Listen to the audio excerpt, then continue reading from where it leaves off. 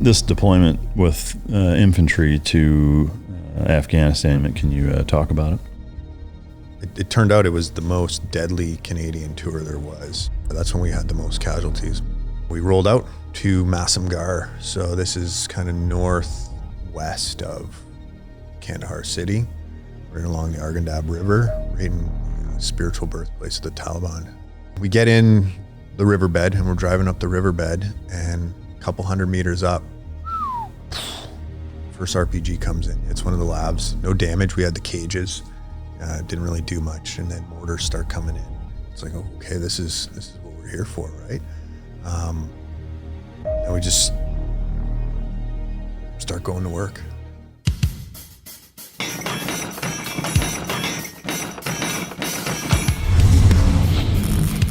Welcome to Mic Drop, the podcast where relevancy is irrelevant and we don't give a shit about your feelings.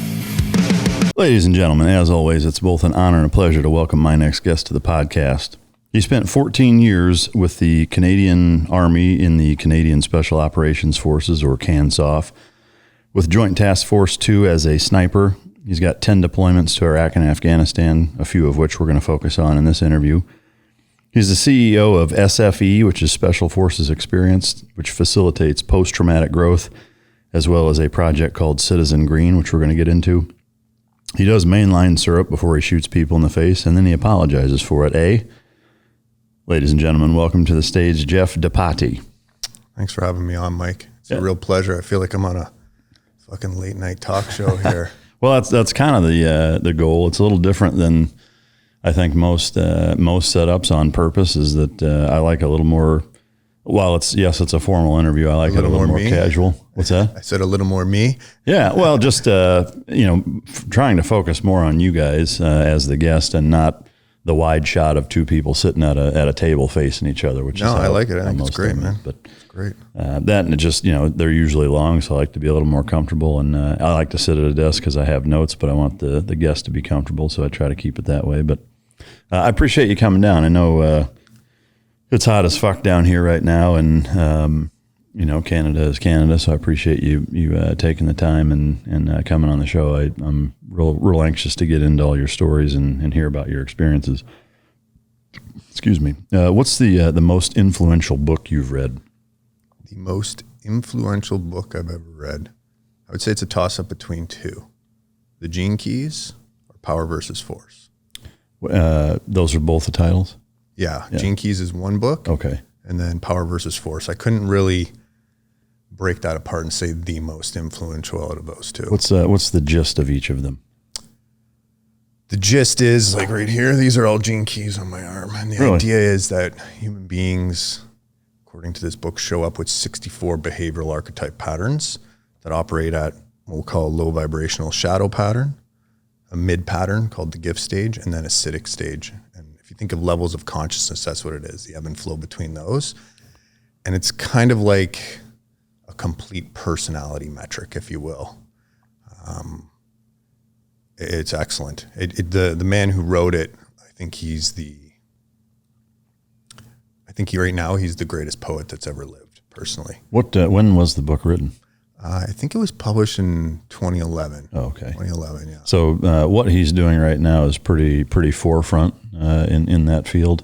Yeah. So what happened is he's condensed down a lot of what we'll call ancient wisdom, combine that with modern sciences to map out our human experience. It does dive deep into the esoteric, as well as, like I said, the sciences and the humanities. Yeah. And, if anyone decides to pick it up here, if you start reading it and it doesn't resonate with you, then you need to read that book. Yeah. It's the first clue that you should read it. Because it's uncanny. I use it for all kinds of things during any of my projects, any of my endeavors, whether it's with other businesses or individuals. It's been a big part of my life, that one.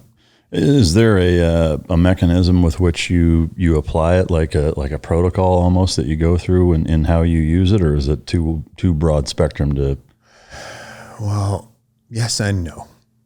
Most truth's going to be paradoxical, where you can get some what what they call the hologenetic profile, your hologenetic profile or my hologenetic profile. And that kind of gets spit out and you can start there, okay? And then those are your key gene keys. Those are the ones that are, all the 64 archetypes, everyone has to varying degrees. But depending on your DNA, your epigenetics, and your culturing, some will fire more than others. Yeah. So that's where, you can start with just getting the profile. Yeah. And then, but where you go about it, it depends, right? Because everyone's on a different point in their journey through their lives, right? Yeah. We all mature and evolve differently. Some of us not at all. Most actually, like most don't. Yeah.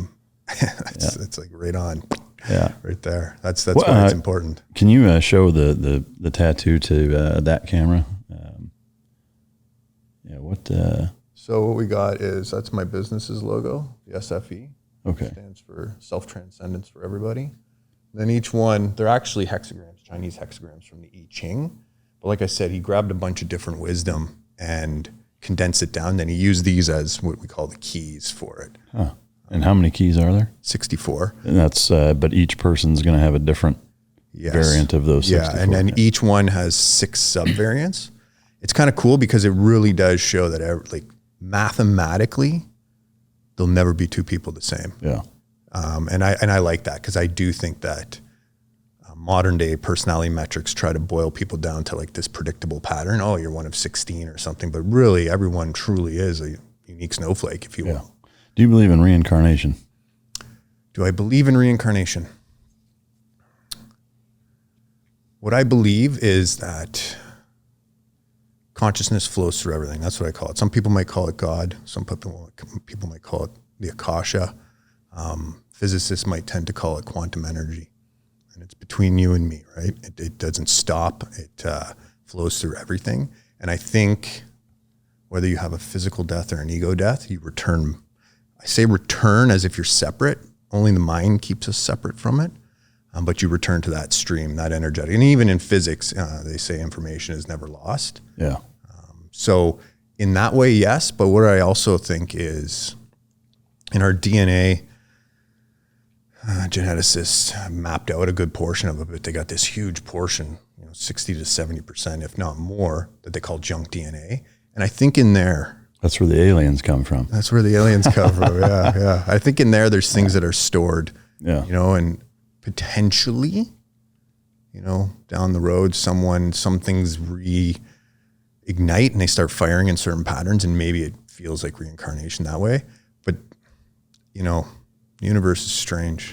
It sure is. I mean, I would say I scoffed at it and, was essentially a non-believer, but there are enough examples of like little kids that at 3-4 years old, just as they're able to communicate verbally, that have these recollections of things that there's no explanation, in my opinion, for them to have such detailed accounts of things that happened that are historically completely accurate, that are several generations removed from, that their family doesn't even have anything to do with, and they didn't realize that it wasn't just a dream until the parents like started looking into it and they're like, what the fuck? This is a story from, a World War II battle or whatever. It's like, to me, like if there was once that happened, it'd be one thing, but like there's not a lot of them. There's a number of them, enough to make me think there's got to be something fucking to that. I'm not saying hook, line, and sinker, I believe that everybody is a recycled soul,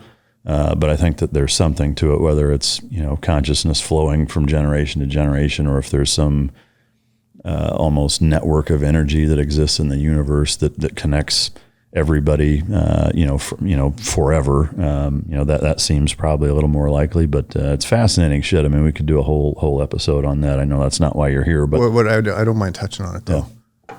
What happens is, as humans, especially with our systems that we have, when children come into the world, they're right into the world, like fresh. They have basically what's called undifferentiated consciousness. There is no difference between me and you and this desk.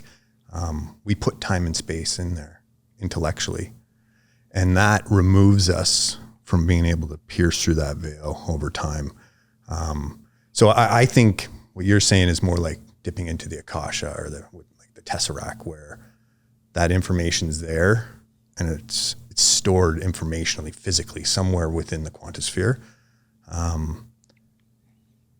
But yeah, it's a super exciting topic. If you want to return to it at any time, I'm there for you, because that's that topic. Yeah, I mean, before we move on, I guess the big question then would be is what is it about that individual that allows that to come through in them and not most kids, you know? I think it's what's called the scale of consciousness, or the map of consciousness, by a guy named David Hawkins. That's Power versus Force. That's the second book I mentioned, where he actually quantitatively validates what consciousness is, and it's on a scale. So 0 is like inanimate object. It still has consciousness, it has energy, but it has obviously not moved into intelligence and anything like that, feeling, all those kinds of things. But as you move up, closer and closer and closer, you get towards eventually what they'll call enlightenment, or the Godhead. And some kids come into the world better prepped for this. You know, their epigenetics is better. Yeah. So they had a healthier upbringing in the womb. They're generationally healthier, potentially. Maybe they just have a set of genetic markers that fire proteins that allow them to come through that. Maybe it's just DMT, you know, it helps them pierce that veil. Maybe their mom mainlined syrup growing up while they were in the womb. Right? Yeah. Do you have kids? I do not have kids, no. Do you want to have kids? I do. I'm not in a hurry. On one of my first tours, my wife at the time, she was pregnant 7 months. She lost her baby when I'm sorry. And that was the closest I got to being a parent. Yeah. And then my current partner, she was not able to have, well, we're separated now. We're still business partners. That's why I say partner. Yeah. She was not able to conceive. She had the surgical procedure, but by that time we split ways. So wow. I'm kind of in a limbo state. Yourself, You got kids? I do, yeah. Nice. Yeah, it's fascinating to me, you know, again, seeing some of those things, talking about things. They're a little older too now, so a lot of the windows that I find exceptionally fascinating now are kind of closed for them, but it's still neat to see some of the things that I uncover as I get older and more interested in some of the things that we're talking about, more so than I was. I wish I had been better read and more learned and more interested in them when they were younger, or even before they were born. You got a very important word up there. Yeah. Open-minded. Yeah. Yeah. To me, I guess I wish I had been more observant and more conscious of some of these concepts when, you know, before they were born and when they were first born, and in those first few years where a lot of those things, you just never get that time back. I mean, that's the case with every moment you spend with everybody, but you know, in particular, you know, before they're able to communicate, I think there's a lot more to kids there than most people ever pay attention to, you know, and I wish I had paid more attention to that then, but. Yeah, it's an important point though. Setting the groundwork, you know, even if you want to call it like deep hippocampal memories or whatnot, those are the layers that get built on, right? Yeah. And if you can teach, I like the word open-minded. I love it. And I think it's I use the words closed node thinking and open node thinking. So what happens is informationally, we gather information, and our limbic system, you know, like when it comes to the brain, it's all statistical, and it's kind of hard to be like, oh yeah, it's exactly that, right? That doesn't exist in the brain. But closed node thinking keeps it collapsed down. It doesn't allow it to actually go up into higher states and marinate around and play around. And people can tend to do that with their children. It's not, I don't think it's a blame game. You know, it's a product of our societies, our systems that push us, right? Our environment controls so much. But just think about it. Compared to 2,000 years ago, the fact that you and I, two military veterans, are having a discussion about that kind of stuff is crazy. A testament that it's changing. Yeah, that's a great point. And I mean, the fact that you and I are even sitting here together, given the distance of you know, where we live, is a testament. Yeah. What are the two key components for canine success? That's effective training and proper nutrition. Fueled by Team Dog brings those two components to your family and best friend. The perfect nutritional balance that results in a higher mental acuity, energy, overall vitality, and even an improved appearance. Every product you will find in my company's store was born from the battlefield and not from the boardroom. Let my life's work help you become your dog's hero. What's your favorite Canadian stereotype? I say a boot a lot.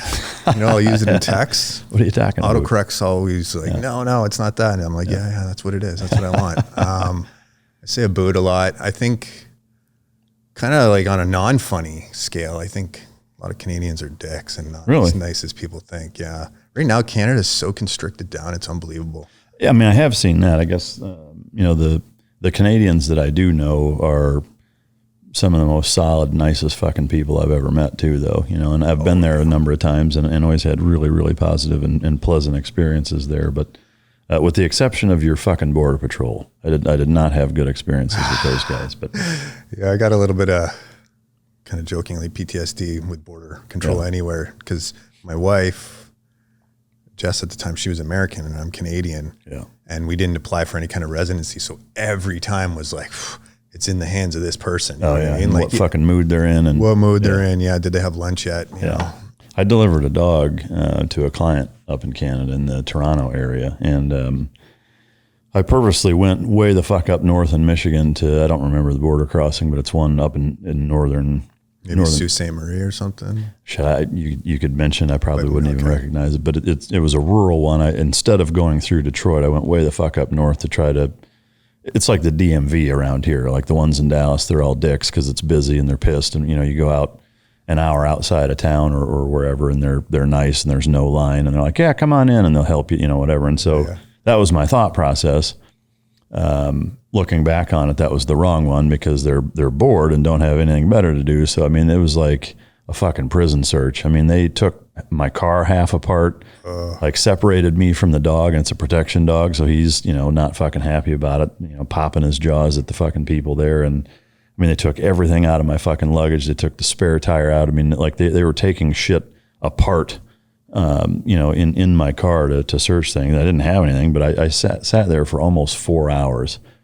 While they were dicking around and they put me through like 4 different interview stations and kept asking me the same shit, assuming I'm going to say something different or, I mean, I don't know what it was, but Jesus Christ. Yeah. I'm from the military. I'm trained not to say something different. God. Yeah, they weren't having it. But what do you think the worst thing about America is? The worst thing about America? I think, like I already alluded to, that everything shows up paradoxically, and under the weight of the power that it holds is that power to do good and also the power to displace, bulge, move energies in the wrong way, force, things of that nature. Because at the end of the day, we're humans working in human systems, and so there's flaws. Ultimately, power is going to corrupt when it's put in human hands. Is there a food in America that you like here that isn't popular or even really available in Canada? So I guess something that's normal here. Yeah. That like nobody eats in Canada. Oh man, nowadays it's not quite the same. Where I came from in Northern Ontario, you could touch on Mexican, Thai. It doesn't matter. Any of it wasn't available. It was like mom and pop's diner, and that was it. Oh God.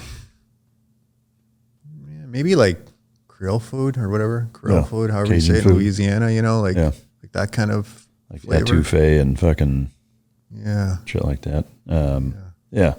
So there's none of that in Canada. That's surprising. Well, there's like East Coast, West Coast has it, but it doesn't have.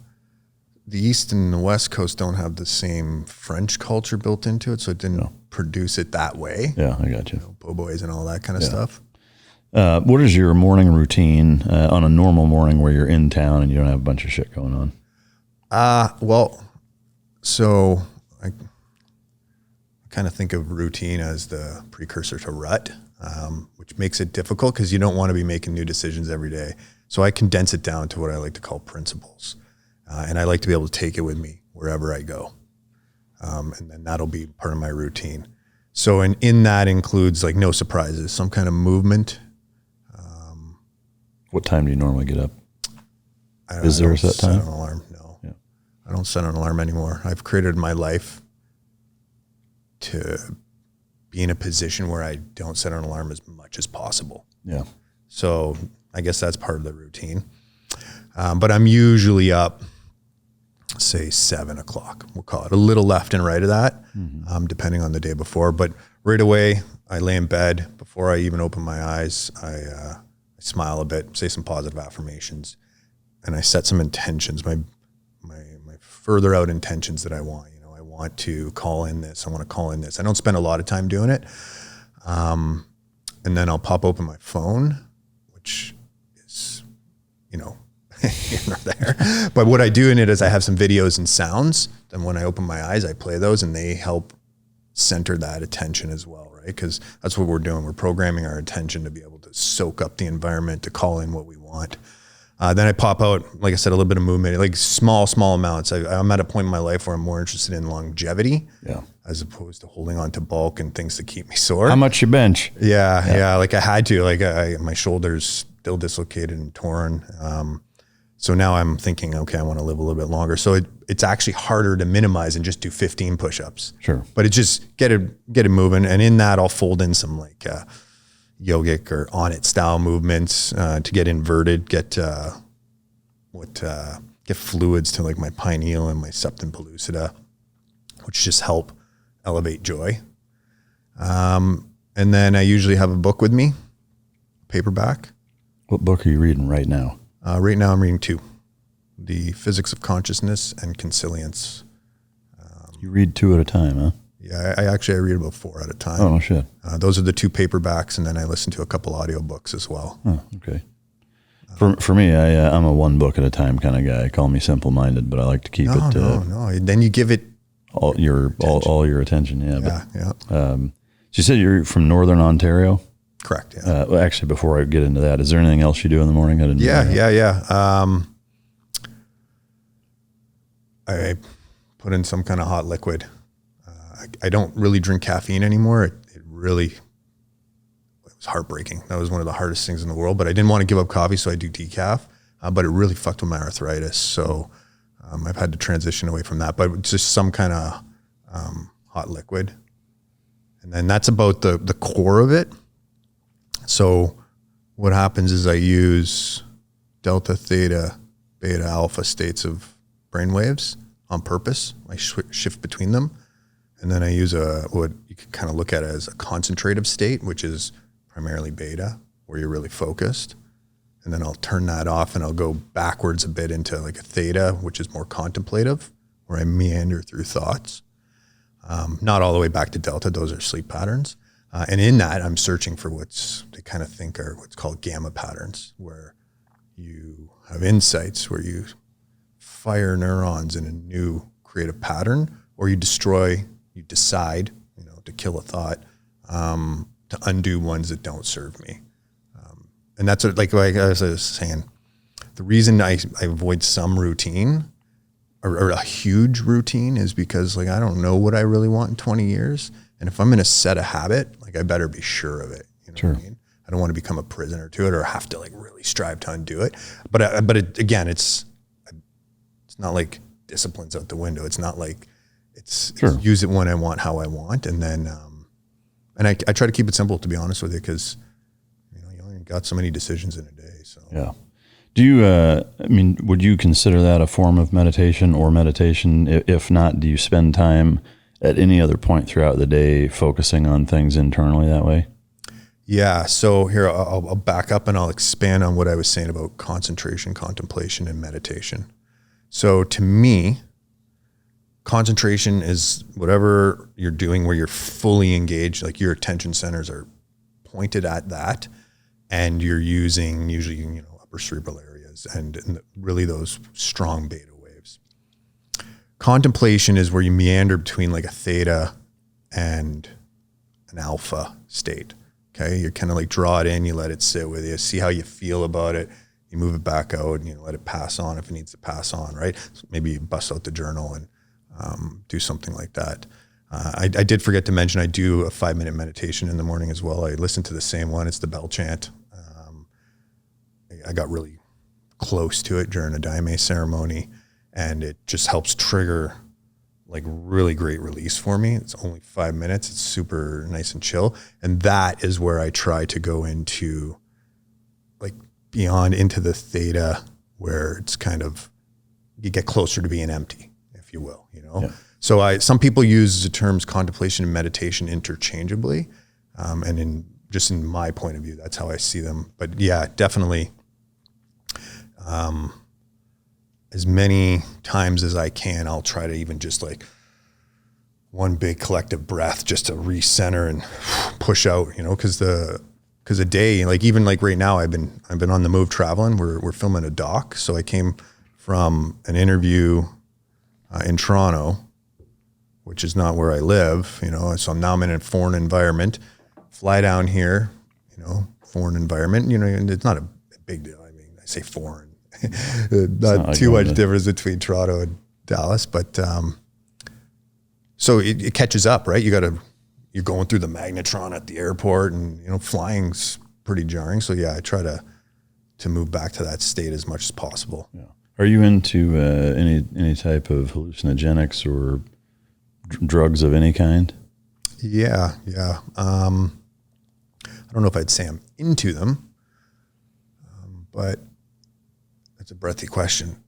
So first off, I try to stay closer to natural. Mother Earth grows it. Yeah. I'm not totally anti-Western medicine. It's not that. I just feel more comfortable there. My body feels more receptive. But yeah, I'll use THC. I'll use it at least once a month now to really, just the way my emotional curve works, I'll store stuff, and it just, like one hit off a pen, and I'm completely able to just let all of it just flow through me. There was a time where I used it a little bit more for sleeping. Mm-hmm. But you know, through time, I've moved off of that. And then, so I'll visit ayahuasca probably once a year. I do the strain Daime, which it's pretty much its purest form. So the Vegetistas. Do you go down to Mexico, or you can get it up there? Well, no comment. No comment. I usually go down to Costa Rica, though. I got you. Yeah, I'll go down to Costa Rica. Yeah. And it's a pure form. It's just leaf and vine. Yeah. And then I'll also dabble with bufo, but that I'm not familiar with that. What is that? Bufo alvaris. It's the Sonoran desert toad. Oh, okay. Yeah, and it's scraped off the toad, and then you smoke it, and it's a 5-MeO. Okay. And it's potent. It's potent. It'll rejig your entire system. But all of these, Jess, my former wife, she was apprenticing with a medicine woman, so we got very involved with that, and then we started bringing in systems to, not systems like systematized, but add to it, right? Because a lot of these medicines are pretty, they're practiced in an old way. Mm-hmm. And sometimes it's time to evolve, right? Like you and I don't live in an Amazon jungle. So what works for an Amazonian in the Amazon jungle, you know, will probably help us. It will. I know it will. It's better to do it than not.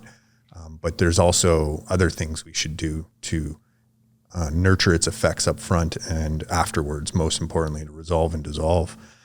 And then another one is combo. And combo is, it's been elusive to pharmaceutical companies. They really want the peptide from it because it's pretty magical stuff. Like medicine woman I visit, she's cured people of Lyme disease, which Western medicine can't do. She's helped with like lupus and things of that nature. It's reversed cancers, you know, and it's not super surprising. I think if we look at cancer from an epigenetic lens, anyways, with that one, you burn a layer through your skin down to the, it's the lymphatic layer. So it helps, you burn it, you rub it on, and then it flows through you on the lymphatic level. And then it's like a big time purgative. It only lasts about a half an hour. It's not hallucinogenic. It just feels like you're getting the worst fever of your life. And, you know, you sweat. Some people puke. Some people, you know, got to hit the loo from every hole. The idea is all your systems of purge, you know, yawning, crying, sweating, anal glands, all of it, just go. Now, you know, it doesn't mean everything's going to happen to you every time or at all. I never puke, but essentially you're a fucking mess after that. What's that? Essentially, yeah. Yeah, but after the half an hour, you feel super grounded. It really, really is a massive down regulation tool, massive. So nice and calming for the nervous system. But what it does is it pushes it. It's weird. It feels like it's like, picture yourself as a sponge, and it's like squeezing out the heavy metals. It's squeezing out all the toxins that, we can't help but get in us, like through plastic bottles and stuff like that. Well, we do our best, right? But, and you use those in different variations. Most of these, like I don't revisit a lot. I'm not a psychonaut. I'm not there for the exploration. I'm there to get the insight and then take that and catalyze it into my life. And then, I'll use it to help evolve my story. Yeah. Does that process, you said it lasts about a half hour, in terms of the feeling of that purging after effect, about how long does that last? Is it months? The purging effect? Like the feeling of being cleansed, or what, like the Yeah, well, so it'll vary. So what happens is, this is what I was saying about the importance of afterwards, right? If you go back, if you do it, okay, and you do, so what'll happen is they'll do it in dots, little burn dots, and they'll do it in different places depending on your meridians and what you got going on. If you like tell a medicine person, I really had some kidney stuff going on or whatever, they'll pick their spot. Okay. Anyways, it'll last a while, but like I said, if you go back to a toxic environment, yeah, the onset will be diminished much quicker. Right. For you, I mean, how often are you doing that? Combo probably twice a year. I'm not a beacon of health, but I keep my temple pretty good, so I don't have a ton of that. I also didn't have an abusive childhood, so I don't got to go back and do a ton of abuses. There's always wounding, like it's relative, like you were saying about with your kids. We can't help but put wounds, but they're not wounds because of being abusive. I think it's part of the evolutionary process where the idea is you set your kids up so they have the ability to expand beyond you, right? I think that'd be the ultimate goal as a parent. Mm-hmm. Anyways, though, some people, I mean, they were sexually molested as children, and then they went to, drugs in high school, like in the worst possible ways. You know what I mean? So they got a lot more work to do. Sure. Yeah. No. And not all the work is always just with medicines, though. There's a lot of other modalities. Other factors. All right. So you're originally from Ontario. What was growing up like? I feel blessed. I look at it, you know how it is. You go around the world a few times and you can see that you won the lottery and where you were born. And I feel the same way. Yeah, no, I would feel almost audacious, like the audacity of me to complain about anything, like, of course I could say, Mom, you could have did this. Like, to me, school was a fucking prison, but it was like, it was school. I wasn't abused there. You know what I mean? Yeah. Like, not a big deal. No, it was great. I grew up on the edge of the wilderness, Northern Ontario, there's a part where you can just kind of walk towards the North Pole and never see anyone ever again or cross a road, and that was great. I loved being outside. I was a product of the 80s and 90s, John J. Rambo and Arnie were the gods, and G.I. Joe and such. So it was a big, I don't know if you remember King Saul. It was a magazine. Yeah. In there getting the knives. Oh, this one does 70 things. Perfect. Yeah. I need to take that. Fucking Black Belt magazine. And it was good. It was good. A lot of outdoor stuff, a lot of opportunity. My parents were really good about putting my boundaries far away. Mm-hmm. And so there's lessons learned in a hard way with that, but there's also, you learn to explore the world. You're not coddled. You're not scared of it, right? Yeah. You learn to deal with the unknown a little bit sooner. Not that it ever stops being difficult. That's why it's the unknown, but you gain some tools. I gained a lot of tools. I loved it out there. Yeah. Siblings? Yeah. I have an older sister by about, I think it's 15 years. Oh, wow. Yeah. And then a younger sister. We're Irish twins, she's pretty much just that year younger. Yeah. But that's it. No brothers. Spent a lot of time around women. Yeah. My dad worked out of town for a good chunk of my life. And what did he do? Well, at that time he owned a plumbing and heating company. Big scale commercial contracting. Yeah. Made for a good life, but I never really felt like he was away that much, because when he was around, he would make a good quality time.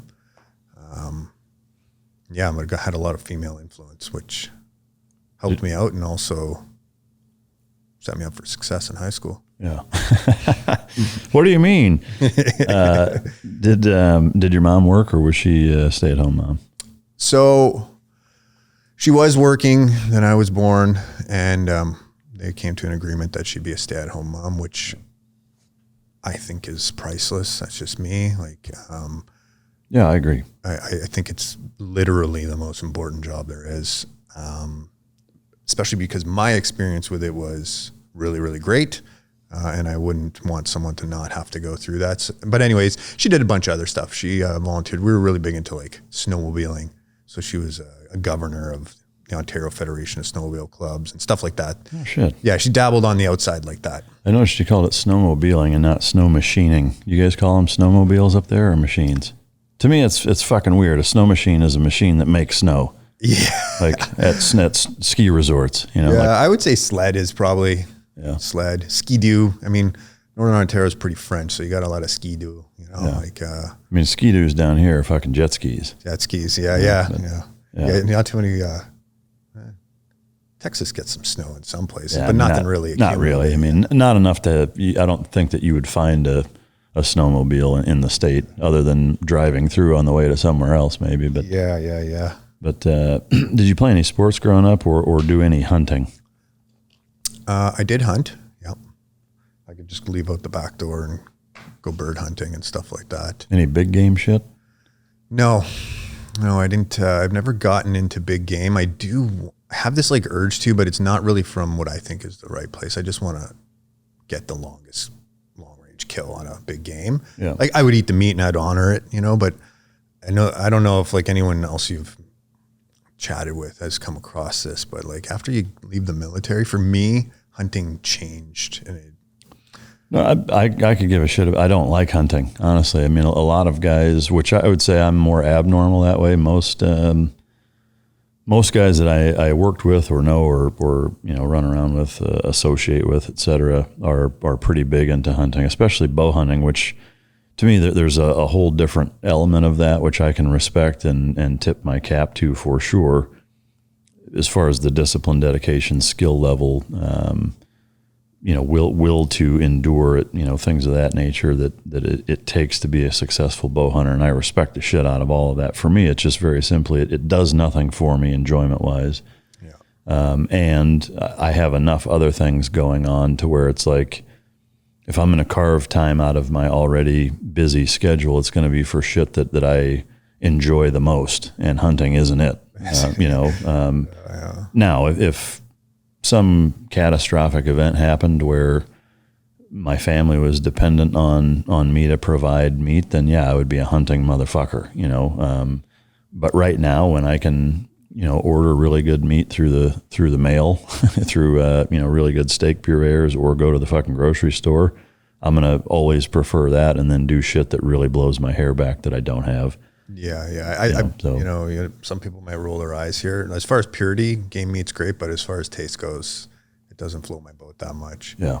And then as far as sports, I didn't really play too many team sports. A little bit of baseball, but I was mostly into snowboarding. No fucking ice hockey up there, huh? Yeah. Oh, well, yeah. You have to play. I had hockey. A pond actually, like my dad made us a rink, and I played a lot of hockey. I just never played organized. Right. So where I lived, everything was like 45 minutes away at least to get to. So it was, you know, it wasn't something that I pursued. Right. How big a town did you grow up in? Well, I grew up on a road. Oh, okay. So, you know, there was a few hundred people. Yeah. Probably through the stretch of the 40 kilometers that the road was. So where would you say you were from? I would say I'm from Vermilion Lake. That's kind of where I grew up. But the closest city would be Sudbury, Ontario. Okay. Yeah. Do you go back there at all? Yeah, no, and then my dad's there. So I go see him. And then I got a cottage on Manitoulin Island, which is the world's largest freshwater island on Lake Huron, or in Lake Huron. And I spend quite a bit of time there. I noticed that's one thing. The client that I have up there calls it a cottage. Like most people call them cottages, whereas in America they would call them cabins. Yeah. Well, I think the distinction is cabins more cabiny, and then cottage is Like a house on a or lake. like a house, like a second house. I think that's how it would be used. Yeah. Okay. All right. So the big burning question I have amongst all of them, but especially as it relates to why you're here, is what was the moment that you thought, you know what, I'm going to join the fucking military, and what drove that? Yeah, genesis of something's an interesting thing to follow, right? I always had warrior blood in me. I was born with it. And, you know, all the games I played, everything was about nurturing that in some aspect. And it would come and go, right? It wasn't always there. And then I was like, okay, I'll go through high school, which I didn't graduate. And then I went to college, which I didn't graduate. I'll do that. And then okay, I'll become a pilot, and which I did finish, but I never went that way. But I was like, I was kind of just like buying some time. It was just a weird thing. You know, I was like, I know I'm going to go there. So get into my 20s. And then I actually was signing up to be in the American military. Oh, really? Yeah. Well, because Canada had this like peacekeeper vibe. That's what they were trying to go for at the time. And then the paperwork was in, it was going through. I had started like the intake, and then 9/11 happened, and I was in class, and I remember watching and all that, and I was like, okay, well, you know, got to get this going now. American military stopped taking foreign nationals at the time. They cut off that program, whatever it's called. And I was still like, fuck, I don't want to be in the Canadian military just yet. Anyways, things like Enduring Freedom and all that started happening. And it was like, oh shit, you know, these guys they're at war and they're fighting, you know, excellent. And a couple of years went by. I had to take care of, my dad ended up getting sick, and I had to take care of some stuff for him, his business. So that put it on hiatus for a couple of years, and then he got better. He was able to take care of his stuff again, and then I enlisted in the infantry. Man, I must have been about 24 by this point, a little bit later in the game. And went into the infantry, went into the airborne. Felt pretty lucky. My progression was pretty quick. So for us, there's only one company per regiment that has jump capability. And I went right into that. So that was really great. And then we did what was called the Airborne Indoc course. So that might not make sense to too many Americans, but there was a regiment called the Airborne Regiment in Canada, and that was kind of its special forces. And then some stuff happened in Africa, and they were disbanded. And stuff happened like they fucked up, or? Well, the jury's out, you know? Yeah. But yeah, it had a reputation of being really cowboyish. Right. It was really, you know, you give a dog a lot of lead, it's going to, you know, either hang itself or, and anyways, in this case, it appeared that they hung themselves. And that transitioned into Joint Task Force 2. Like, it was just kind of this weird timing. That got closed down. Our RCMP, which is the mounted police, which is similar to your FBI. Yeah. Their counterterrorism unit, they didn't want to hold on to it anymore. They weren't really doing much with it. And they handed it over to the military. And the military took it and called it Joint Task Force 2, JTF2. And that became our Tier 1 operations. But that all happened around the 90s. But it just sat kind of quietly. Like, it was, you know, it did work in Bosnia and, you know, all around. But nobody really knew about it. So I didn't know that we even had an SF. That was the biggest reason. That was the driver for wanting to go to the US. I wanted to go to the SF. And anyways, that popped up on the radar. I was in the recruiters, and she's like, oh yeah. And closed the door like it was a big secret, you know, and it's like, oh yeah, okay, that's where I'm going. And anyways, went into the airborne indoc. That's what I was saying. It was the course they ran, and just luckily we had an old dog left, and he wanted to run it, and we ran it. It was basically just jumping and humping and sleeping in the snow, and it was terrible and awful and amazing all at one time, you know what I mean? But it was great because it hardened me up to get me ready for selection and so on. Yeah. Is there a Joint Task Force 1, or is it just JTF2? Well, so the way it works, like, there's always Joint Task Force, right? Any multidisciplinary unit that gets together, they call it a Joint Task Force. And that was the idea. It was supposed to be clever. Yeah.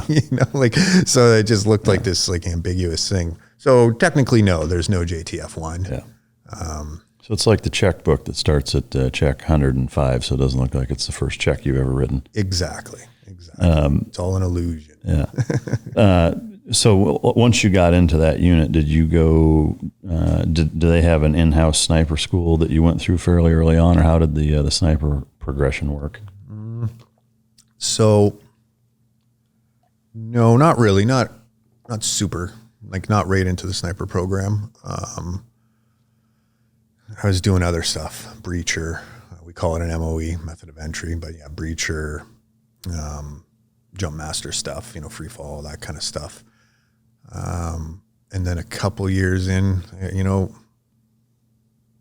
old ticker doesn't work so good. I can't even remember how many years in I did the course. And the way it works with us is you do the course and then we have a separate sniper unit. We're really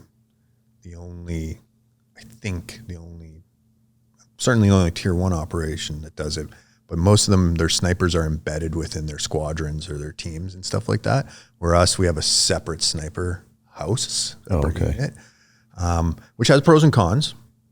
They're able to develop long-range shooting at a pace much, much quicker because they're not, embedded here and not at the mercy as if they're sacrificing something, but of like the squadrons. So it was a couple of years, and then I ended out the last little bit of my career at the sniper troop. But it was great. The course is amazing. It's crazy how long range shooting is developed. About how many snipers are there within CANSOF? Do you know? Within CANSOF, so there's another unit called CSOR, Canadian Special Operations Regiment, and they have snipers as well. And I couldn't even give you a guess. And where it's at right now, Mike, I've just been so like finger off the pulse that I would be making up a number. And then there's sniper qualified. Right. It's like Ranger school versus Ranger battalion guy. Yeah, exactly. So I couldn't even give you I'd just be making up a number. Do you know ballpark between CSOR and CANSOF, like all the Canadian Special Forces troops across the board, about how many there are?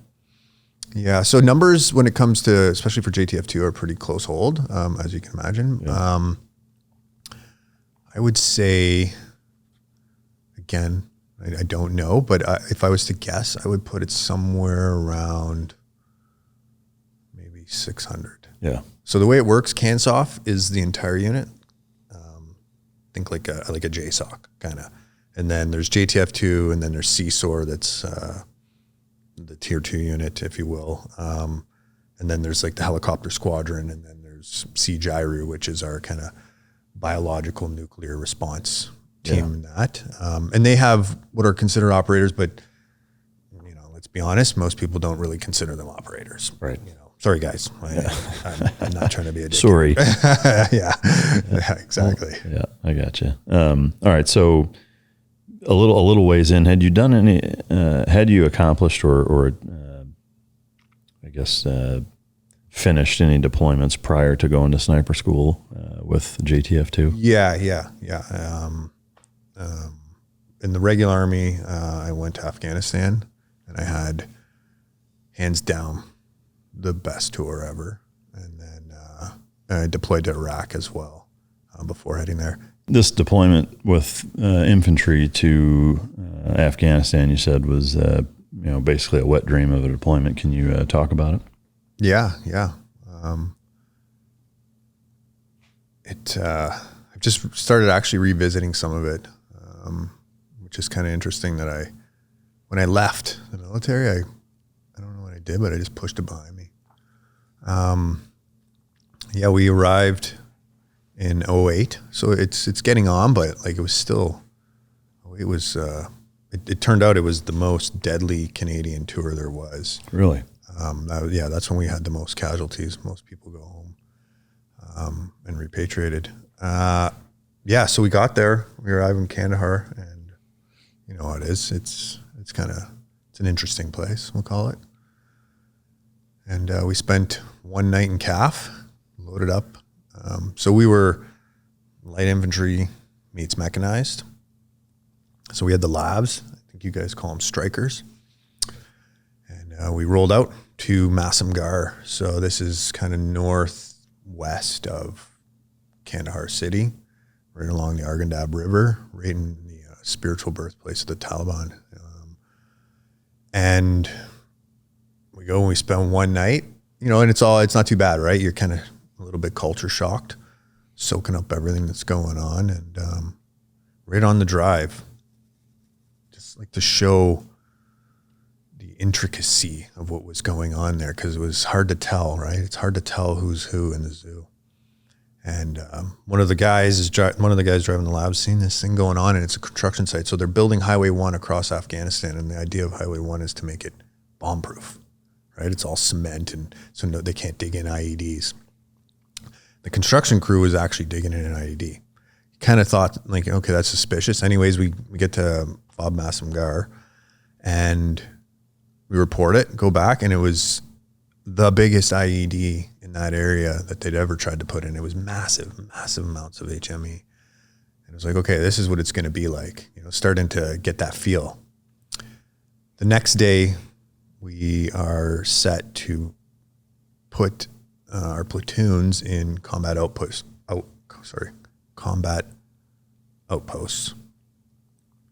They're just like small, little, tiny, not even, you know, like a bit of Hesco and you know, a fucking pipe to piss in. And we get in the riverbed, and we're driving up the riverbed, and a couple 100 meters up, first RPG comes in, hits one of the labs. No damage. We had the cages. Didn't really do much. And then mortars start coming in. It's like, oh, okay, this is what we're here for, right? And then we just start going to work, and it was awesome.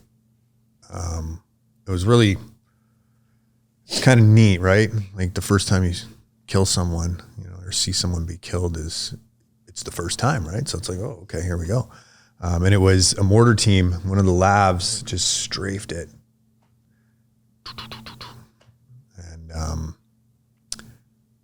just kind of sets the tone, right? And for 8 hours that day, we drove up the river, and, you know, there was multiple, because what happened is a lot of time had passed.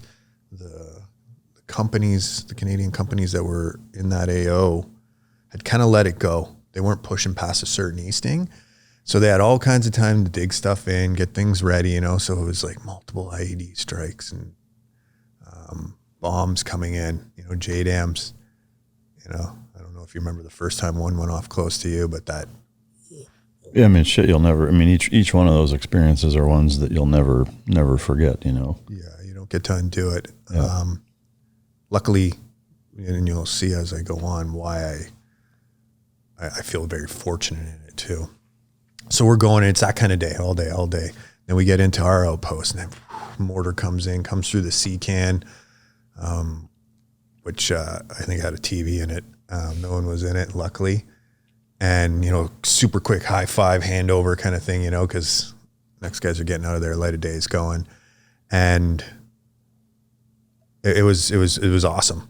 Because it sucks not knowing. It sucks waiting to ask that question. How am I going to hold up in combat? You know, what am I going to do? What's it going to be like? And in most ways, it's not too bad until shit gets bad, right? Things aren't a problem until they're a problem.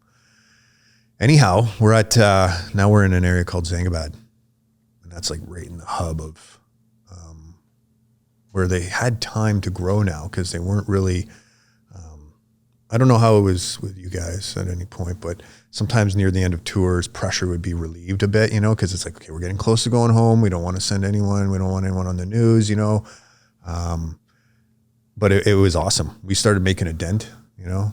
We were, it was stacking up. It was amazing, because we had some close calls.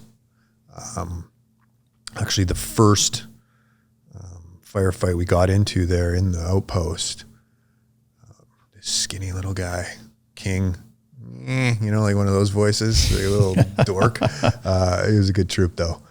He's up in kind of like the little makeshift tower, and he's running, I don't know what you guys call it. It's an FN gun. We call it a C6. It's a 7.62. A SCAR, maybe? No, it's bigger than a SCAR. It looks like more old school. It's really chunky. It's a great machine gun. I mean, is it an area weapon or?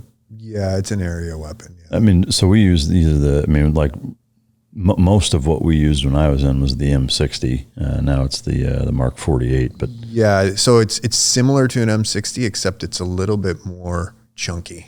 I got you. It's a heavier lady. Yeah.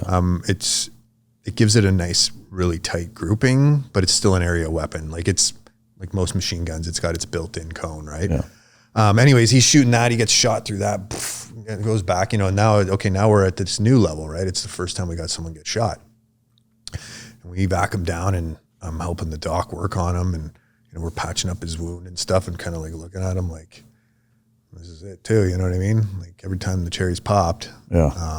It's like, okay, got that. Okay, now I know how to handle it. But then I stepped outside of where we were working on that, and we had some artillery coming in, set to airburst. And, the walls were maybe 10 feet tall or something, and a fucking piece of a bomb comes in, comes across, hits the ground. Like I'm just like in a position, and you're just in a position to soak it up. Hits the ground, right beside my head, stuck in the thing, big old chunk of fucking shrapnel. Wow. And I was like, oh, okay. You got to be careful out here. Yeah. Obviously I kind of joke a little, but shit's real and it happens quick, and it doesn't even have to be from the other side, right? Because they're running a multi-pronged attack on us right now, coordinated, RPGs, whatever the 80 mil they were using there, I can't remember it, the Russian gun. Do you know about how many of them there were? In this one? Yeah. Well, if I recall, when we did the BDA, there was about, I think, 10 of them that were left behind. And then some of them, you let them kind of scurry. Right. And then you track them, and then like the Pred will take care of them, or artillery, or you let your guys go get them. You know what I mean? Like you're building up your in package, right? But it's hard to tell sometimes. It's not always easy to soak up that data, right? In real time, because we didn't have eyes in the sky. We very seldom did out there. It was just us. And anyhow, go back to work, go back up, start doing the thing. That lasts a few hours, that kind of thing, before you deal with everything that's got to be dealt with. And it was kind of a weird time, Mike, because we weren't sure if we were going to keep this outpost going, because there was a big shift happening. There was going to be a big influx of Americans coming in, and the governments didn't really know how they wanted to handle that. Anyhow, Benghazi, that's what it was, and this happened more times, and it was a great intro into combat for me. But we were lucky. Like even the guy who got shot, most of his flak vest got pressed into him, but he was able to come back to the theater, Right. So again, my whole point being, things are good till they're not good, and for our platoon, things were always really good. We started, racking up a really big score. Yeah. And what was happening is we were taking out their teams, right? Their gun teams, their mortar teams, and they don't have the ability to replenish stuff very quickly. And when they do, get new guys in, you could tell because the bombs are fucking, fucking everywhere. Yeah, they're highly ineffective. You can tell the new guys at the helm. Yeah. When you guys first got there, two questions, I guess. The overall kind of morale and motivation or feeling that your platoon had there, how would you kind of characterize that as far as belief in the mission, desire to want to be there? I know 08 was still close enough to 01 to where, at least on the American side, people, guys are still pretty fucking fired up to go there and quote unquote fight the good fight. I'm curious from the Canadian side, was that the case? And also going there, were you guys told specifically what your mission set was? And if so, what was that? Yeah. So the longer war goes on, the more people see the reality of what war actually is, especially in anything that's a sustained war. So yes, that becomes obvious, but you're also, in my case, a young man who thinks that this is what service is at the time, right? In our platoon, Lucky 1-3, we had super high morale for going to do, like you said, that good fight. As far as our mission is to provide security. It's to train, not that we train, but like as far as the Canadian mission, to handle ANA, whatever the police, PNA or whatever they were. So that's, you kind of buy that, you look at the stats. Oh, more schools are opening. Oh, women are going to school. Okay, that's great. Oh, the Afghani, their currency is going up, so you're like, okay, yeah, this is good, right? On the ground, though, it quickly becomes evident that not everybody you're fighting is part of the Taliban or the Al-Qaeda. Mm-hmm. It's just not. It's people who are starting to reject this presence of a foreign military there, right? And it's hard to resolve that, right? Because now you're in the zone, right? I don't know what your experience is, but like for me, when you're there, right? That's where you got to be. Yeah, I mean, at that point, it doesn't fucking matter. It doesn't matter. Yeah. I can't go home anyways. Yeah. You know what I mean? So I'm there, and then. But yeah, we continue doing good things. I think there was good things done. I really do. The issue is now when I revisit it, I just don't know if fighting fear with fear is going to solve an issue, Like now we're kind of, I don't really follow too much of what's going on, but it seems like they're back to where they were in some ways, Yeah, I would say they're largely back to where they were before we ever showed up, and hopefully some seeds were planted in the younger generation of like, okay, there's what's possible, because there was just way too much sacrifice not to have agreed that going on. Yeah, I had a really good conversation with an American sniper here just 2 days ago. He was an Army sniper that was attached to a lot of SOF units, SEALs, and some ODA guys and what have you. And we talked a little bit about that. And my take on war or just, combative conflict geopolitically is that there has to be a tangible outcome that you can wrap your arms around, like if you think of it like a completed puzzle. Right, if you look at World War II, it's very, very easy to grasp what Germany and Japan, Italy, even Russia for that matter, sort of. I guess you can leave them out because they were kind of in a weird spot as far as what side they were on and where they're at now. But the two biggest foes, easily, or the biggest three, Japan, Germany, Italy. If you look at where they were in 1939 and look at where they're at now, it's very easy to see the impact that World War II had on those cultures and societies and how it benefited us and how, what we did is a very tangible outcome that you can say, okay, yes, here's the completed puzzle. All of these different pieces that we contribute to complete it makes sense. In Iraq and Afghanistan's case, you can't say that. Like you look at what both of those places are doing now and you look at the sacrifice that entire organization of NATO, has contributed in money, in resources, in human beings, and it's like, what was the fucking point, And so to me, that's a hard thing to reconcile. I think for a lot of veterans of those,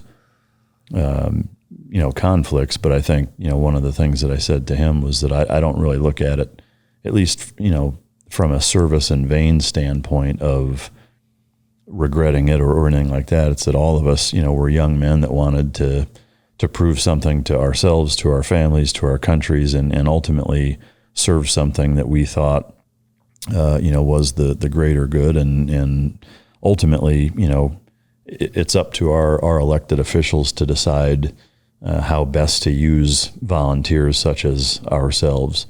That's out of our hands. All we can do is either volunteer and do the best of our abilities with what we have or not. And to me, there's something honorable and valiant in doing that irrespective of how the people who are making the calls decide to use you, that's on them whether or not they used you correctly or not. That's because we need to pick where the equal sign is. Yeah. So if we zoom out on it, if those officials are making decisions to, move economy, make economy, is that a good move? Or is that a bad move? In the scheme of morals, it sits one place, and then in the scheme of human evolution, it sits in one place, because it definitely did that. It moved markets, it stabilized and destabilized, just like it seems they like to do, But does that benefit? Like, you and I sit in, right now we're in literally the richest country in the world, you know what I mean? And did it benefit that or not? And if it did, it's like, what's the outcome of that? What is, like we were talking about, you asked about America's, what I dislike about it the most, it has that ability to move that, and the hope is that through all those things, people continue to be educated here more and more and more and more aware of what's going on with themselves and with others. And those, in the scheme of the dominoes falling, are those beneficial movements, because now, there was a lot of pressure when Trump was in with Iran there for a while, and I thought, wow, not pushing that more, that was a big sign to the world, in my opinion. It's like, well, okay, we don't want to do that. What's the new, what new can we do? And I don't know what that is, because American politics is American politics, and that's not really my place to say too much, nor do I really know a ton about it. It's a complex beast. So in the grand scheme of measuring things, I think, yes, it was really good. Yeah. But if we look into like that microcosm of like the borders of Afghanistan in some ways, maybe not so good. And I would argue that Kurdistan in Iraq is in a much better place. As long as, I don't know what's going to happen there. Like if there's like a pullout, like a full on, will the Iraqis want to claw back their oil fields potentially, and that could cause some destabilization. But I would imagine that they would argue that they're in a better place now, not under the... Yeah. I think in both cases, it's at least, it's just my opinion. I'm sure I'll get plenty of comments of people telling me I don't know what I'm fucking talking about, but which that happens no matter what I say. But that it's at least more in their hands. There's still a lot of corruption and tyrannical components to both countries of different factions that are doing things and what have you, but not nearly to the extent that they were before we were there. It's just, when you look at the devastation that both countries sustained from our being there and fighting those forces there, a lot of fucking people paid the ultimate price, and subsequently maybe not quite as severe as losing their lives, but severely altered the trajectory of their lives by us being there, so. Well, when Zeus created Pandora's box and it was opened up, fear and hate and wrath, everything escaped. And the last thing that was in there was hope.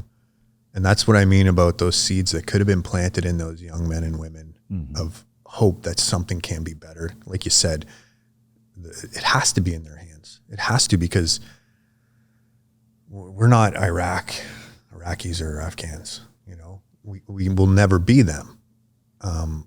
So to dictate exactly what they should be it's kind of hubris, right? Yeah. But them having the belief that they can actually dictate what they should be, how do you even measure that, really? Yeah, I mean, you really can. I guess, my example with World War II is it's a lot more black and white and clear cut what we got for our money, so to speak, in those wars, or areas of operation, and that it's very, very clear cut and easy to say, yeah, this was the end of the equation, and it's easy to kind of wrap your arms around. But I would like to take a real quick break and talk to you about MyBookie. I want you to go to MyBookie.com and use my promo code MikeDrop, which you'll instantly get a deposit bonus up to $1,000. Remember to use my code MikeDrop and bet with me only at MyBookie. Primarily, the only way watching these fights could get any better is to get paid doing it, and MyBookie makes that a possibility. Bet anything, anytime, anywhere with MyBookie. Going back to that deployment, are there a couple of operations that either went really, really sketchy or went really, really well that you can share, kind of a no shit there we were standpoint? Yeah. The first one would be what would be my, you said the wet dream or the storybook version of combat. We went out, we were mostly moving around on foot. So that's how we kind of patrolled our AO. We had the mechanized tools, but you're such a big target, Yeah, you got powerful guns and all kinds of tech and stuff like that, but you're just such a big target, right? So we were humping around, and it was balls, going through grape rows like against the grain, and with rucks. And I was part of the heavy weapons det, so we had a long gun and a machine gun, and on some ops we were carrying a fucking mortar. Can you say about how many of you guys were? Our platoon was about 25, 26. So it was a group of just 25, you one platoon there? Yeah, well, sorry, no, that's not accurate. Our entire company went out. Okay. We marched, it was about 15 kilometers. Like 15 kilometers with a rucksack to go do a raid. So we had intel on a target site. And you know how intel can go. We show up, nighttime, we go, we do it's called a raid. That's what it's called in the infantry, and nothing, there's nothing there. We're like, what the fuck, this is supposed to be, this is it. So we set up to do just some presence patrols in this area that we hadn't been in. And by 10 in the morning, actually we were with some Americans then too. We were with some A&A handlers. That's what they were. They were working, they were cowboy call sign. Yeah. And, snap. Then, starts going off. And once again, they're doing this multi-prong approach. And it's tricky because we're kind of in openish ground, and they're kind of like, fairly big fields, not huge, like half a kilometer in total radius, but they're in the village all around, right? So they're hard to pick up. And anyways, we just start throwing everything at it, bam, bam, bam. And of course it's a good time, right? Because you're doing the business, but there's a point to this next thing I'm going to say, but fatigue starts setting in. And, it continued on like that, like for 3 days. Like nonstop? Nonstop. It would kind of quiet in the afternoon. And then on the second day, one of the American dudes got shot, and it was just like a really super beautiful moment where this British Chinook flies in. So Canadian dudes carrying, doing the med on the American dude, carrying him on the stretcher, running, fucking bombs and bullets going off, and a Chinook comes in, kind of into the zone, like the fucking, and it's not a small target. Load him up. He goes back. The surgeons are so world class. It's crazy what they could button up. Got shot in the hip, right near the femoral. Anyways, managed to save him, but it was like really just a cool moment of allied operation. You know what I mean? Imagine what the Revolutionary War fighters would have thought. That a couple hundred years later, that those three forces are now working together halfway across the world. Yeah. It's funny how that happens, isn't it? Yeah. But that's like what you were saying. You just don't know what the cause and effect of like a Tea Party is, right? Sure. You don't know. Yeah. During that 3 day sustained conflict, you said there's an entire company. About how many guys are in a company then? think with the Americans in the ANA, we were probably about 100 spread out though. Like we kind of had it maybe throughout a mile, we'll call it, give a. And so the goal was to do a raid on a specific target. With humping in, just in trying to understand, I guess, the course of action, was the plan to hump that 15 kilometers in, hit the target, and then extract via helo out, or? Yeah, so I think the plan would have been, the original plan would have been to march across the Arghandab plain. I hate calling it a river because I've never seen water in it. But valley. The River valley. And then go north and then be heloed out. And anyways, the plan changed. They're like, okay, we're going to do presence patrols here because we haven't been here. And so the idea of a presence patrol, pretty simple. I'm sure people have said it before, but the idea is that you're present. So they're not able to, make drugs. They're not able to move weapons the same way, all that kind of stuff. Right? It makes sense. We did find a few little drug ops, we blew those up.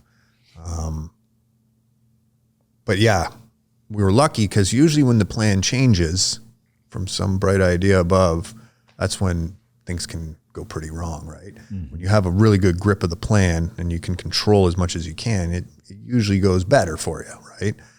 So we were pretty fortunate, I think, all in all, because like I said, this was 3 days. And then at the end, we're down. They know where we are. They've been watching us. We've been given the good news or whatever you want to call it, doing what we're supposed to do. But now they know, and now we got to get out of there. And it's too hot now to be evac by helo. But then we call in artillery smoke, and I'd never seen smoke like this. It was like a blanket that was kilometers long. I didn't even know they could do that. And then we marched out, and then on the way there was, as we were extracting, there was a bunch of different little things that we hit along the way, little small targets. And then there was always, once they know you're on the move, it's easy for them to start coordinating stuff. It's mostly just kind of pot shots and stuff like that. Yeah. And we had some airstrike call in and all that kind of stuff, but it was like really like if, you stand back, no one died. We definitely did what was asked of us. Sometimes you wonder, did you just stir the hornet's nest more or whatnot? But I mentioned it earlier about the fatigue. Like for myself, you're not really sleeping. We're living out of our rucks, right? Most of the guys didn't even bring sleeping bags. And the weather turned, it was crazy. We're sleeping on the grape rows, and then at night it would kind of snow, like more of a hail. And then, desert temperatures in the day. So you're getting huge, so it's adding up. And then get back, and I hop on a call with my wife at the time, and that was the call when she'd lost her baby. I don't want to put the blame on her. And it was, fatigue is a mind killer, right? You're not getting into REM sleep and stuff like that. You're not filtering this stuff. It's not moving through you. You're not processing it. And, none of it's like too big of a deal, but, you start seeing corpses wheelbarrowed around, and you get pretty irreverent with it and stuff like that. But now we're getting closer to the end of the tour, and you're wondering more, like this is a 9-month tour, some of them it's a long time. Am I going home? Whatnot, all that kind of jazz. So it was a doozy. And that's what I was saying about, it's only now I'm kind of revisiting these things, to make sense of them. And then on the other side, I don't know if this is like it went wrong or right. I could give examples of what I think commanding officers, few ranks up, decisions they made I think were stupid, but I won't do that. I'll do one that I was a part of a little bit more, because then I realistically could have said something or done something different. I don't know. And it's not like a super big deal, but it has a place in my, like, okay, was that handled the best? And some of it's on my, anyways, we're in the labs. I remember the old ICOM radio.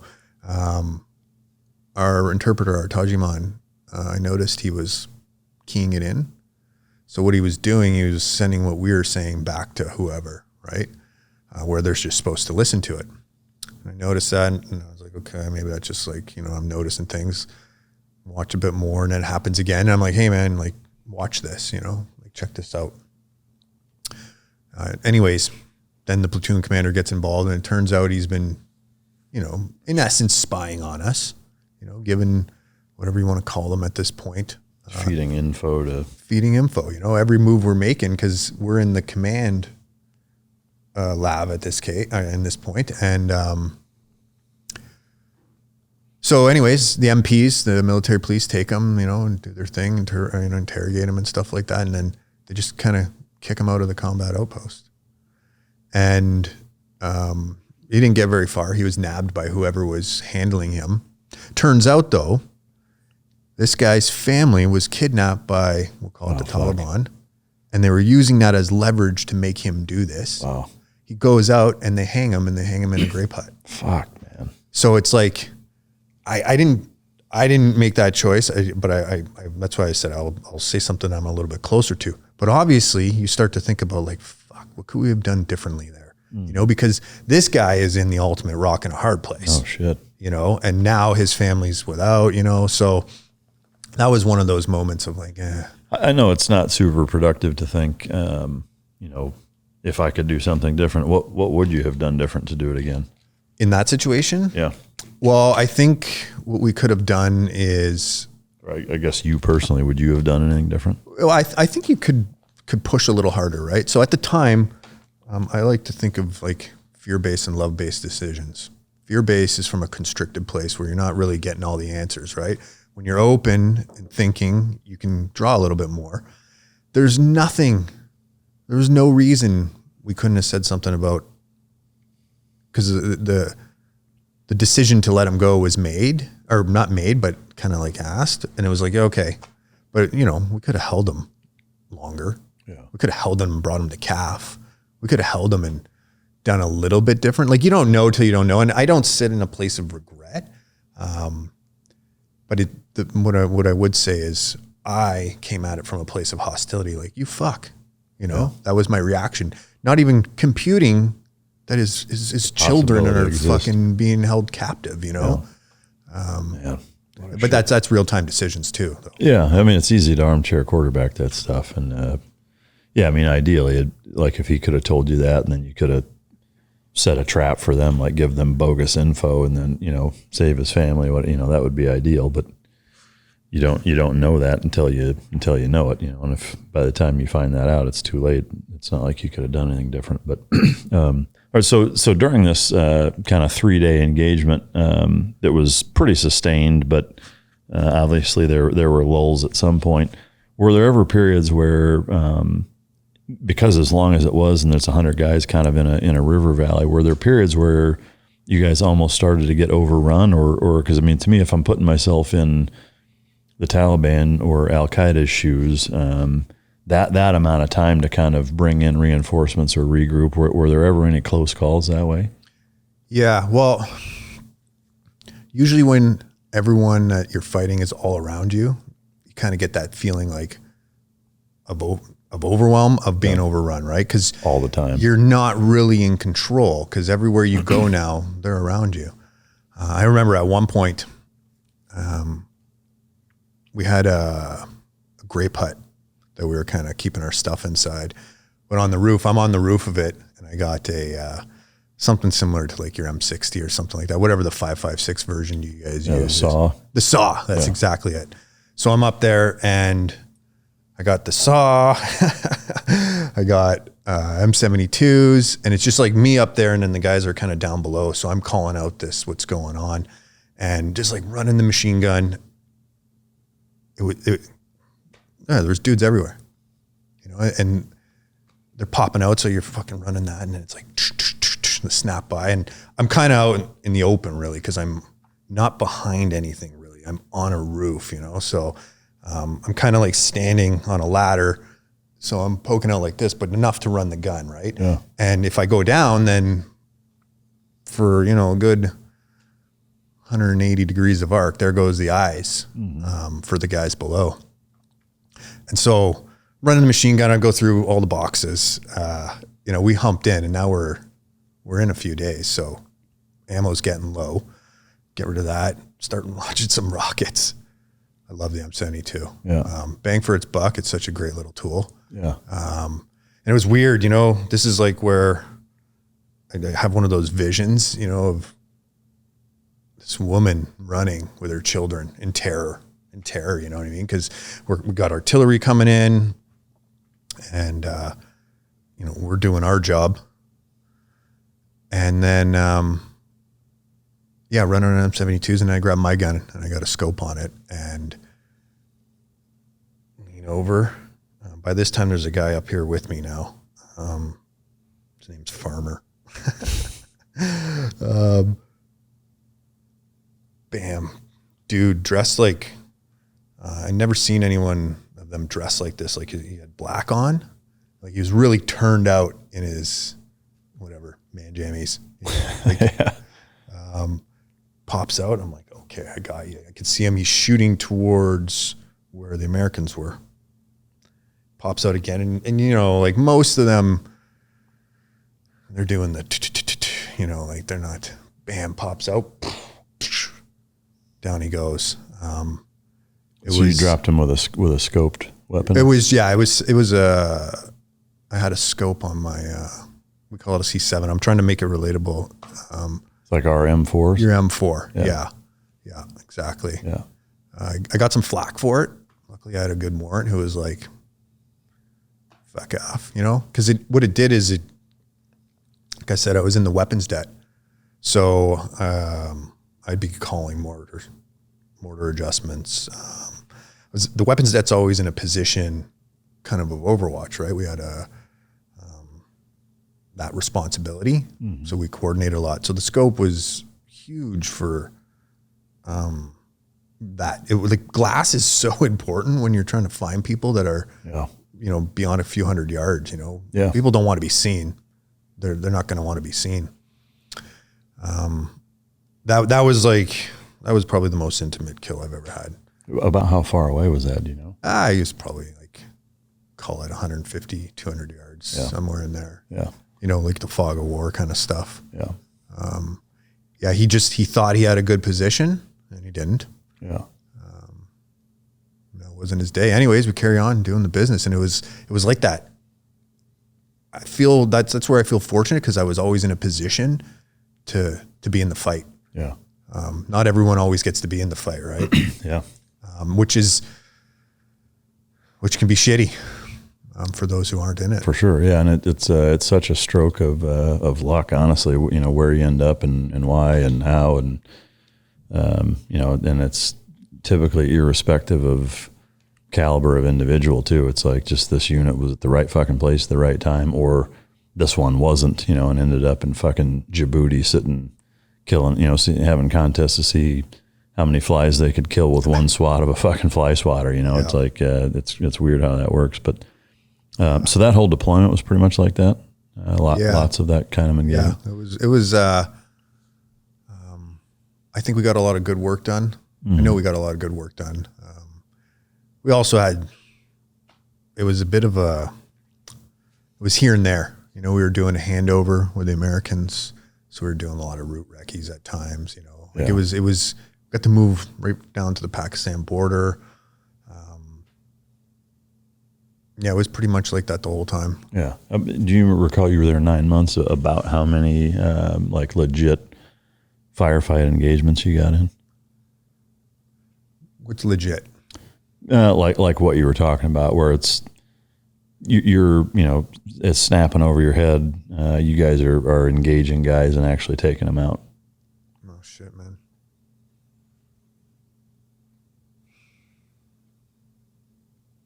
We were tracking what we could for kills, mm-hmm. and we stopped around 150. Oh wow. And then if you put in stuff like pred, calling in pred or artillery, you know what I mean, those kind of auxiliary things. And then beyond that, some of the other stuff is closing down drugs anywhere that they're, we didn't deal with drug growing, but anywhere where they're processing it, we blew up a bunch of those facilities, stopped bunch of IED makers. Yeah. Yeah, we I think we had a really disruptive.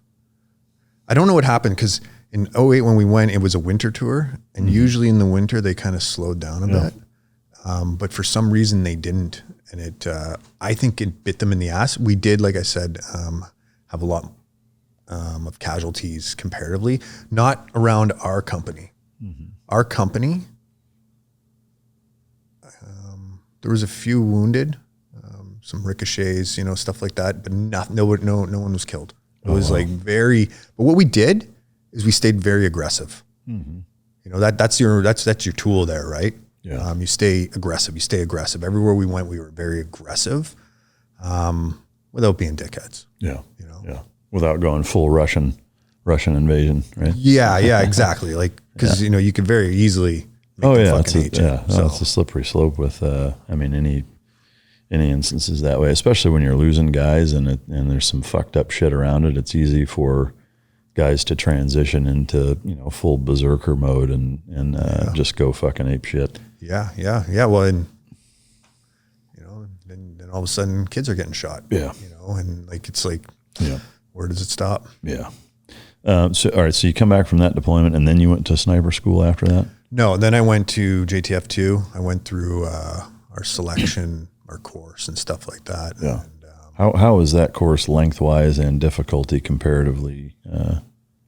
Well, difficult is it's all subjective. I know. It's a bit subjective, but like the truth is even most of like a lot of them are based on the old SAS model, you know what I mean? And then modified to what the SEALs need or what KEG needs or whatnot, right? Yeah. I would say I was fortunate. I got to be part of kind of a research program on selections, and so I got exposed to a lot of them. Difficulty, here's how it works. They're what's called direct data mining. They're looking for qualities, right? And they'll squeeze them out of you or they'll squeeze you out of here, right? Right. So they all do that pretty well in different ways. Ours, the selection itself is actually pretty short comparatively. It's 1 week, the selection portion. Oh, wow. And then after that, you go on a 10-month assaulter course. With the assaulter course, though, it's a meat grinder. It's constantly, you meet the standards or you don't. You meet the standards or you don't. But then they're kind of shaving the ice cube too. So it's still part of, you're not in, but they don't treat it like a selection where they're actually trying to nurture people through. At this point, you've shown that you have the characteristics that they want. Yeah. So they want you to go through, right? Especially in Canada. It's not like here in the US. Like you guys got a big military to pull from and a lot of keen people to go. Yeah. Where us, it's a smaller military and less people are likely to try out. Right. What would you say the attrition rate is for the actual assaulter course? Ballpark percentage? Well, the selection's a pretty typical, kind of 9 to 11%. The assaulter course, it can vary. So the reason I say it can vary is if you have strong individuals, you know what it's like. That's what a good leader does. A good leader is a force multiplier. He'll make or she'll make those around them better, right? So some years you can have really good dudes and the course starts with 30 people and you might get 20 to 25 finish. Some years there's been no one finish. Oh, wow. Yeah. So it depends. Like to say there's an attrition rate, it would be just like a mean average and it would be just a number that doesn't actually equate to anything like you'd see in buds or something, you know what I mean? Where it's like, this is the attrition rate. Yeah. Okay. And so that 10-month course, is that pretty all-inclusive of, or I guess I would say the learning curve, is it super steep where that 10 months is where you really learn how to be a fucking operator, I assume? We do, and it's also really steep. Yeah. Yeah, I don't know how many times I felt like, holy fuck, this thing's going to make me burn out. Sore neck? Mm-hmm. Just my whole fucking back is jacked up. But it still feels like a meat grinder. There's still mold in the clay, and every fucking moment of it's high pressure, right? Because everything is a high standard now, and you meet it or you don't, right? Shooting's high standard, fucking, your airborne inserts, high standard. And, but the idea of it is when you're done it, that you're deployable. I gotcha. Yeah. And did you guys start with about 30 guys? Yeah, I think we had 30, if I remember right. We had 30 or 28 or something like that. About how many finished? Do you remember? 25. 25, so big class. Yeah, ours was up until I left the unit. We had the biggest class finish. Oh, wow. Yeah, it was really prime time, though, because, the wars were in full swing. Everybody in that time frame really wanted to be an operator. Like the conditions were really right for it. Mm-hmm. In fact, from my company that went overseas, that group, there was 1, 2, 3, 4, I think 5 of us, and that was like unheard of. Yeah. In that 10-month assaulters course, how is it broken down? I would say that, like, if you were to look at it zoomed out, the first thing you'd have is what's like a table of contents almost. Yeah, like I would call it the black, the green, and the gray. So black roll is anything like traditional black roll, CQB, that kind of stuff, counterterrorism stuff. Green is anything that you'd think of as green, patrols, like not patrols like Green Army patrols, but land nav and field some land nav, SEER, all that kind of jazz. Gun camps, working that level of traditional, conventional military. Yeah. I wouldn't call it traditional because most of it I was not exposed to. But that same kind of stuff. Yeah. I would say with mostly a focus around reconnaissance. Okay. If we were to kind of, put a pin in the middle, and then gray is anything in plain clothes, source handling, that kind of jazz. Yeah. Is it broken up pretty evenly split? 3 months and change of each of those? No, not really. It's a little bit. That's kind of like, it's not exactly like that, but that's what you'd be going through. So as you went through, and they change it every year, they're molding it differently. It hasn't set still for a long time. You'd start somewhere. Usually, though, shooting and then basic CQB, because if someone's not going to make it through, it's probably on those two things. Are up front. We do our shooting down in Blackwater, and that's cool. Or Academy, whatever. And then CQB is done back at home and in a bunch of different places. And they're the meat grinders. They're the true meat grinders. Did you guys, CQB and assault wise, ever work with any American tier 1 guys running houses with them and shit? Me, no, not personally. I did do some work in Iraq with them though. But yes. Yeah.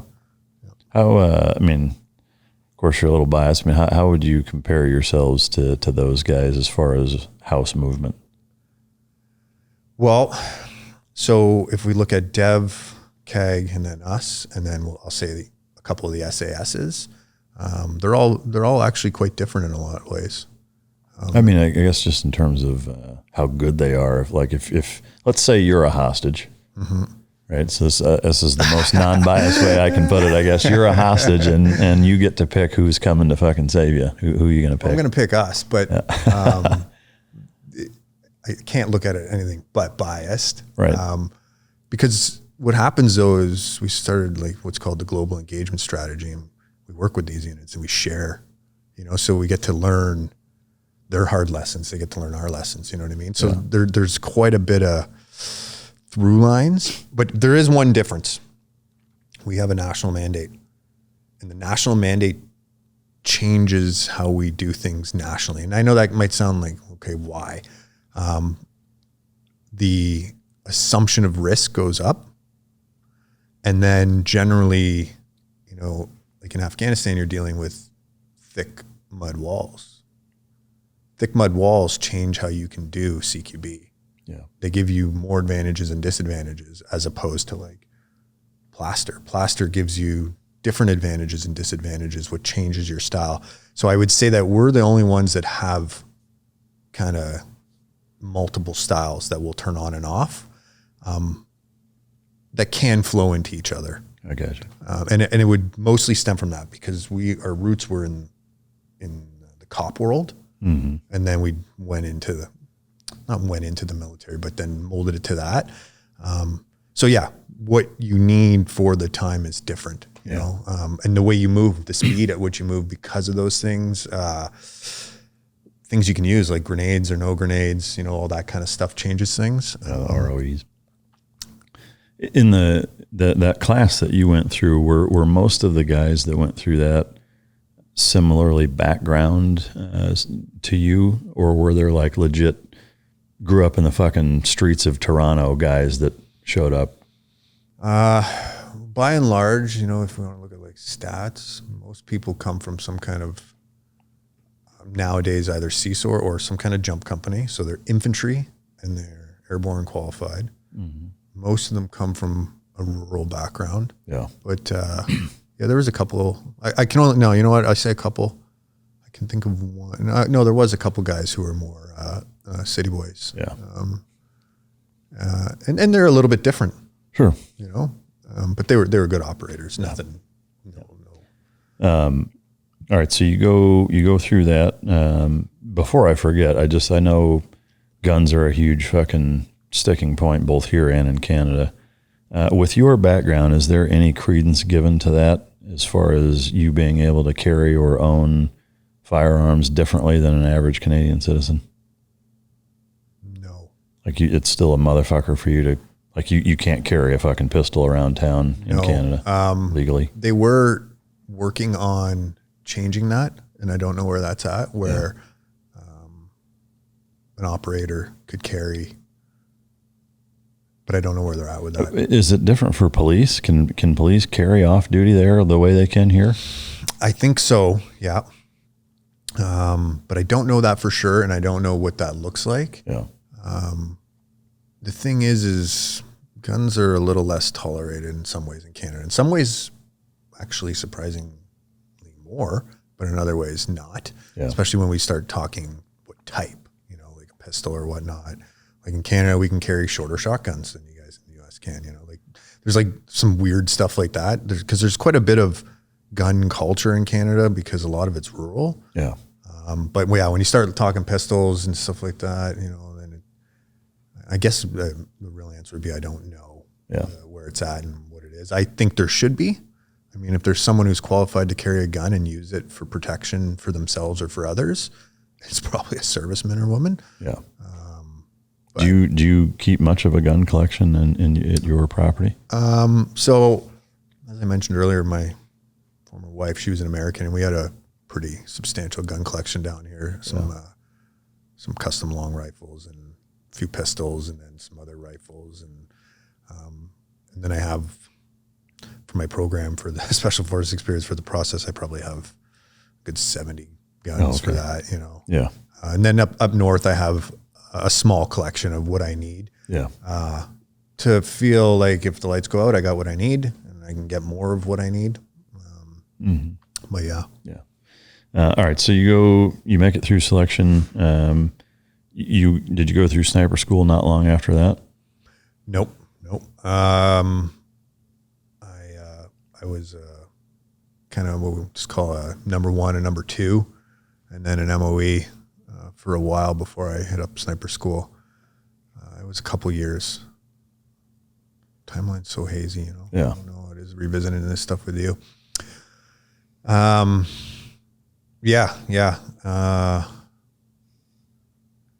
It was, but I think it might have been in like my third year.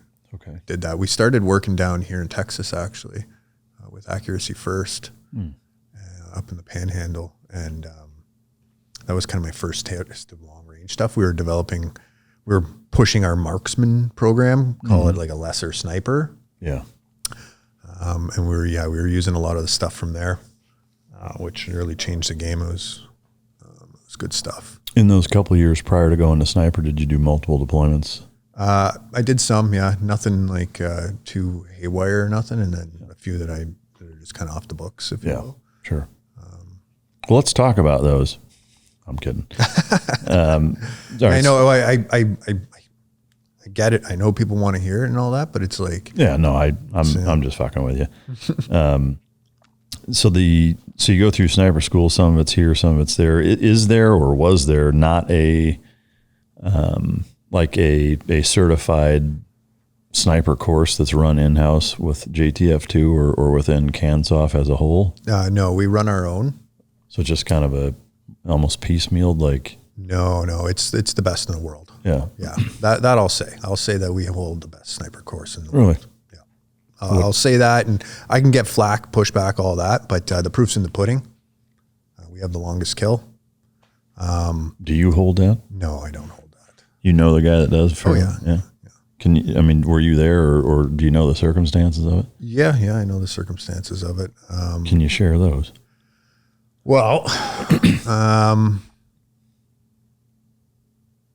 just trying to think where my boundaries are. Yeah. You can think about it if you want. Yeah, no. I can say a few things. It was a 50 cal. It was filmed, which is rare. Yeah. Just coincidentally filmed. It was from a high rise. It was, we don't really do so much traditional sniper spotter. We train, like we do use spotters when we can, but we self spot pretty much everything, even on a 50 cal. It was kind of like a Candyland situation, you know, we talked about it earlier where all the pieces fall into place and, you know, as hardcore as they are, ISIS was no more, they were pretty zealoty. And they kind of were doing a lot of almost traditional style fighting against, well, the fucking West, which is like, it was ridiculous, to be honest. So anyways, yeah, they move in. They're about to not overtake, but move in on a position of, I'm just trying to think of what the Kurds, what they're called, their special forces. This was in Iraq. This was in Iraq, yeah, in Mosul. And anyways, oh man, I'm going to tell you a story after this because there's more to the story. Like, I just don't know where I kind of step. But anyways, it was a phenomenal shot. It was maybe the longest shot that'll ever happen from a powder-fired, shoulder-fired weapon. Wow. Well, just because right now, you know, you go bigger than 50, and now you're getting into turf where it's really fucking hard to actually hold in a shoulder. Mm-hmm.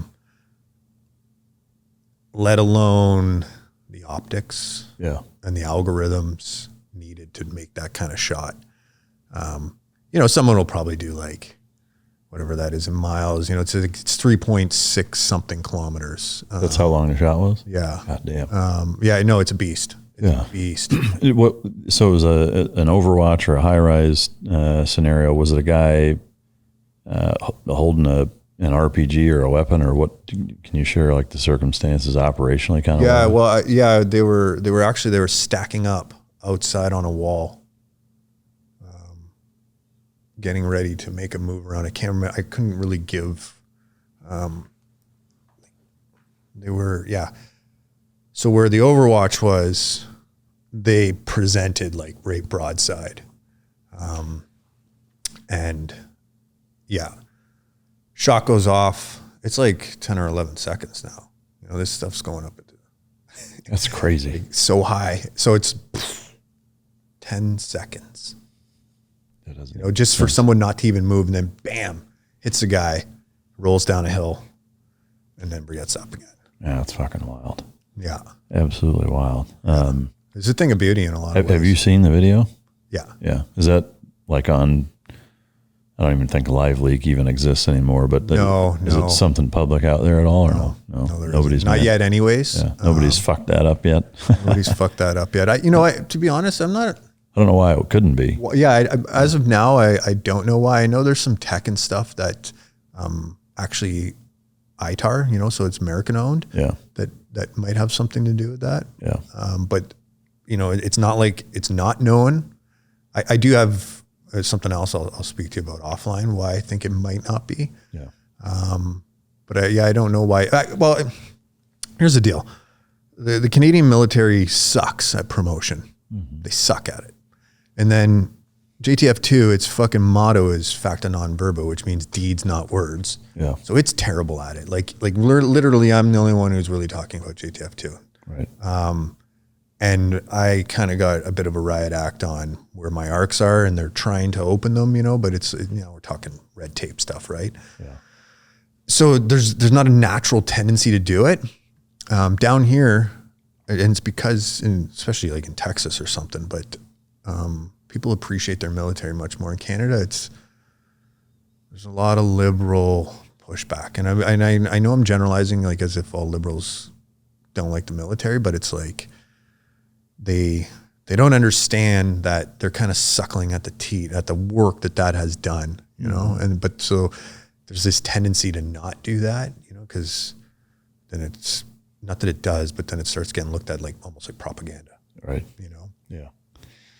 All right, so you go through the best sniper course in the world, right? And then I can see it now. Yeah. And then how long is it? It's 4 months. 4 months. So you finish with that, and then you go back on deployment as a JTF2 sniper. No. So what happened is I did my sniper course, and then I deployed with the skill set. So yeah, I'm a sniper. I had a long gun and all that stuff. That's what I brought one of them to Iraq with me. Yeah.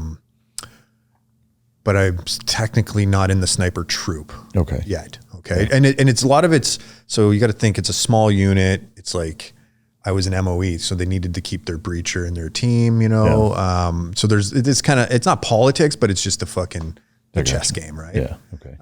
So yeah, no, when I deployed to Iraq, I was an MOE. I like I said, I brought a long gun with me just in case, but unfortunately, I only used it for training their guys. Yeah. And then that was it for that. Really. And how was that deployment overall? It was good. It was good. So we were up in kind of the Erbil, Suleiman, Erbil, Mosul kind of triangle. Yeah. It was kind of the stomping grounds. Northern part. Yeah. Was it a busy, active, combative deployment? Yes. Not great. So what happened is we had really good ROEs, and then those got clawed back. So then you know how it goes. Then it's all semantics, right? Advise and assist. And Yeah. but ISIS had dug in. I still don't understand their logic here, because every fucking time they try to do something, airstrike, or like they didn't really have much to touch. Yeah. The line, the Pesh line, if you will. Yeah. There was a few things, there's a lot of good work done. I wish I could remember what their special forces, because that's what we were doing. We were working with Kagan, and we built up this SF group, and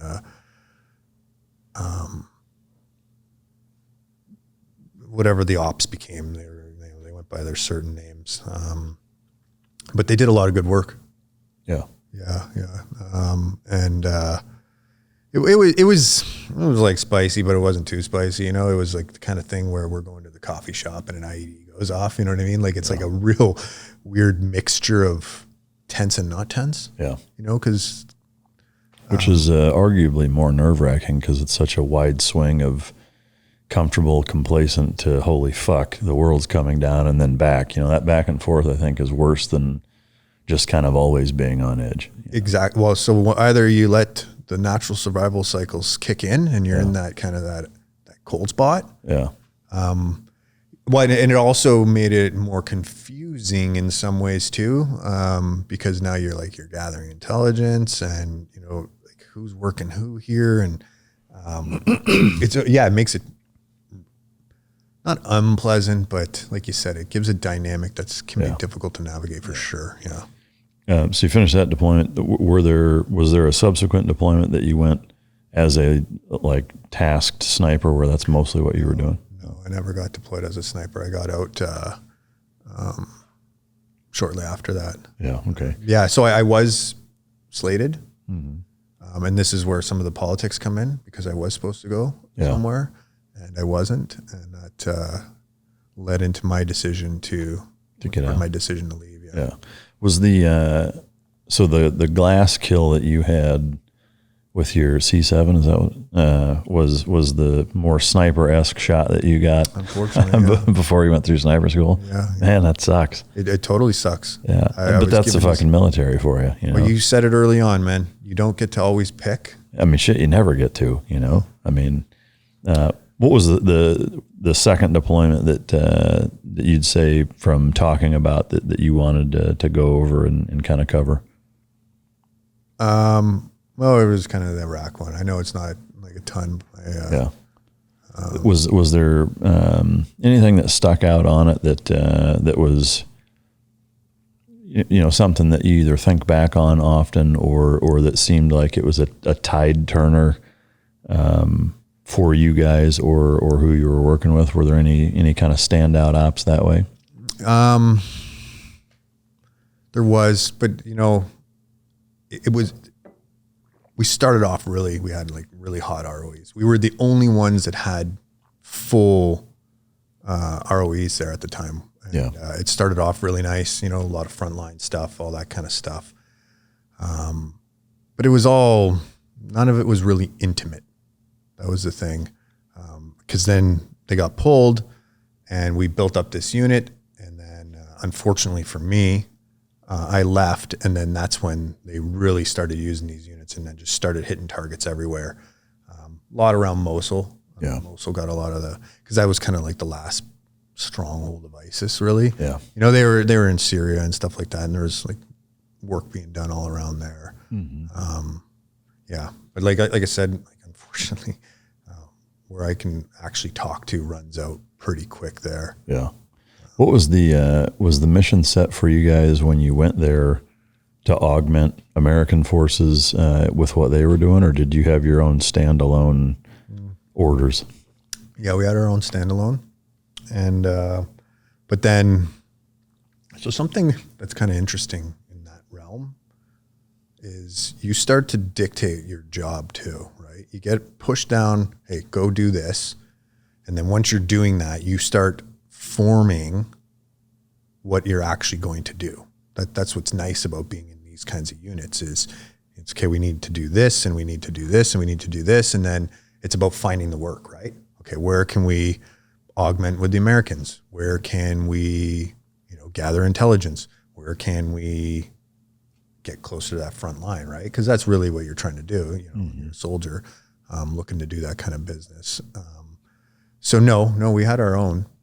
And it was, in fact, actually, when we were there, the first coalition person to die was a Canadian. Oh, no shit. Yeah, it was a CSOR guy. A bit of an unfortunate kind of blue on green. Not kind of, it was a blue on green. They were coming back from an op and, you know, just an unfortunate series of events where one of the Kurds is yelling down in Kurdish and he responds in Arabic because he was an Arabic-speaking Canadian, and you know ISIS speaks Arabic, so they had no night vision stuff. Anyways, they light it up, and you know it's like whoa. Anyways, he ends up getting shot. They come close to saving him, but he was like, so when that second, third, whatever, I don't even know what generation of the Afghan war or not Afghan, Iraq war was. We were the first ones to lose someone there as well. Oh wow! Which was as a Canadian, it was really kind of not cool. Fuck, that's the awful word. Yeah. But it was like, yes, finally, you know, we're showing that we're also a fucking real military here that does its own foreign policy. Yeah. You know what I mean? Yeah. Were there significant gunfights in that deployment, or was it mostly tit for tat little shit here and there? There was some.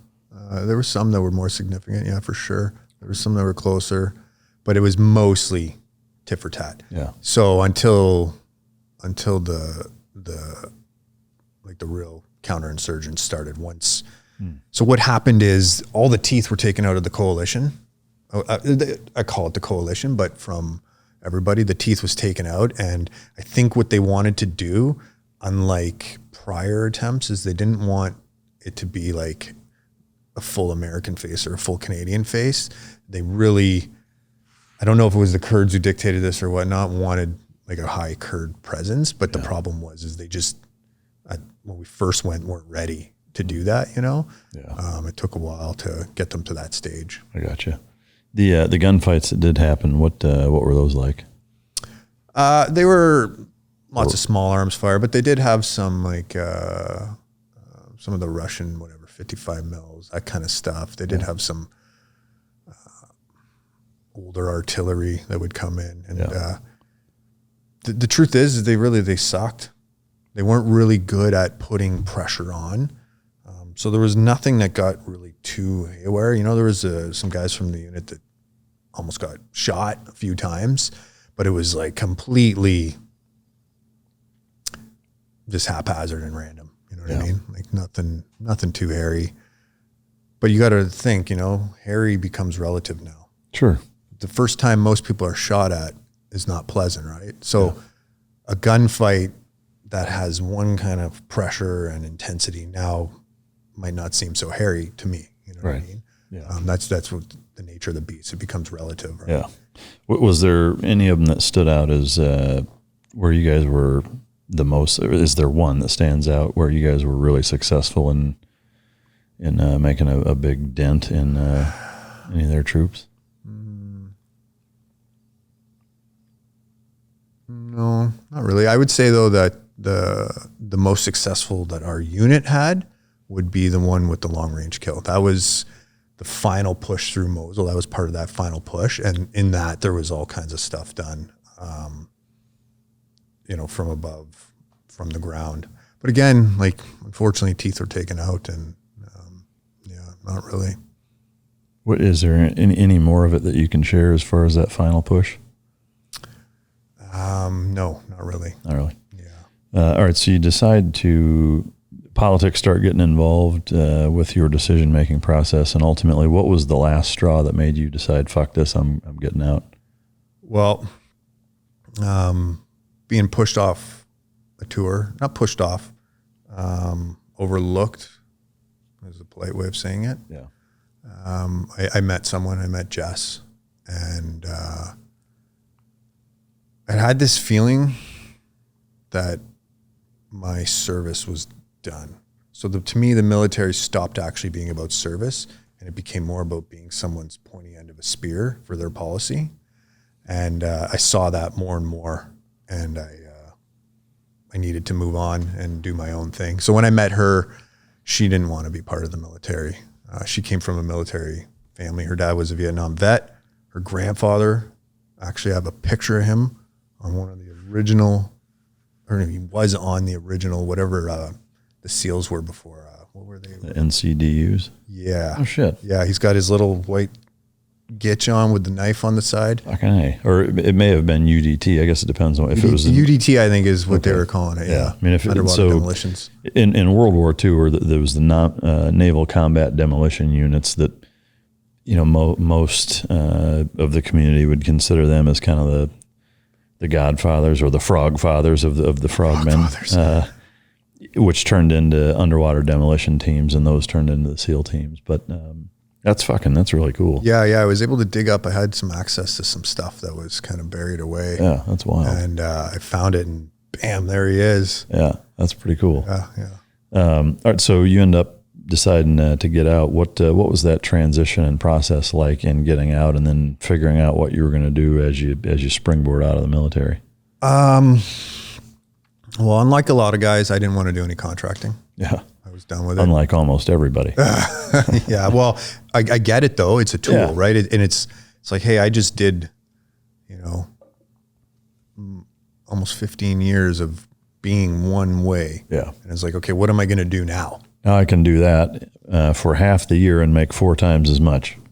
Exactly. Yeah. So it gets pretty shiny, right? But I was like, okay, I don't want to do that. So Jess and I put our heads together, and we started coming up with the Special Forces experience, which took what I wanted to use from the SF, and then it met where I believe service actually is, where helping people, to me, truly is. And it's it's such a big point because people will continue to transition, and that finding identity afterwards is so important to mental health for cops, for servicemen and women. Like it doesn't matter. Crucial. It's massive, right? Your entire brain, its whole structure has to reform. Everything you do is got to reform. So that was a bit tricky. What I started doing was, my parents invested in real estate, fixing up apartments, that kind of stuff. And that's where I started. I was like, I know this, I can do this. I did that. And I made a bunch of money and I got bored with it. Like in 1 year, wasn't really for me. So I started developing this program. I take everything I learned from all my military career, my own life experience. And I just kind of like started asking the question to men, well, what do you want? What do you want differently? What is it you're looking for? Why do you feel incomplete? Those kinds of questions. And that with all the human dynamics that I gathered through special access groups and stuff like that. And what is that? How do we shape that? How do we so the military, they're masters at forming people into being soldiers. Like arguably we're better at it now than we've ever been. Oh, for sure we are. There's so much science and technology behind it now too. Tech, people might get like this vision of Spartans being the best, but I don't buy that for a second. Yeah. For doing the business, there's no better time. So anyways, what happens if you take those concepts and you apply them to growth, to helping people change who they are, be more than they were before, live closer to their psyche, a more holistic lifestyle. Anyways, so we created the process. That's the program that runs underneath it. And what we do is we facilitate post-traumatic growth in a gist. And it's been extremely rewarding. It's been amazing.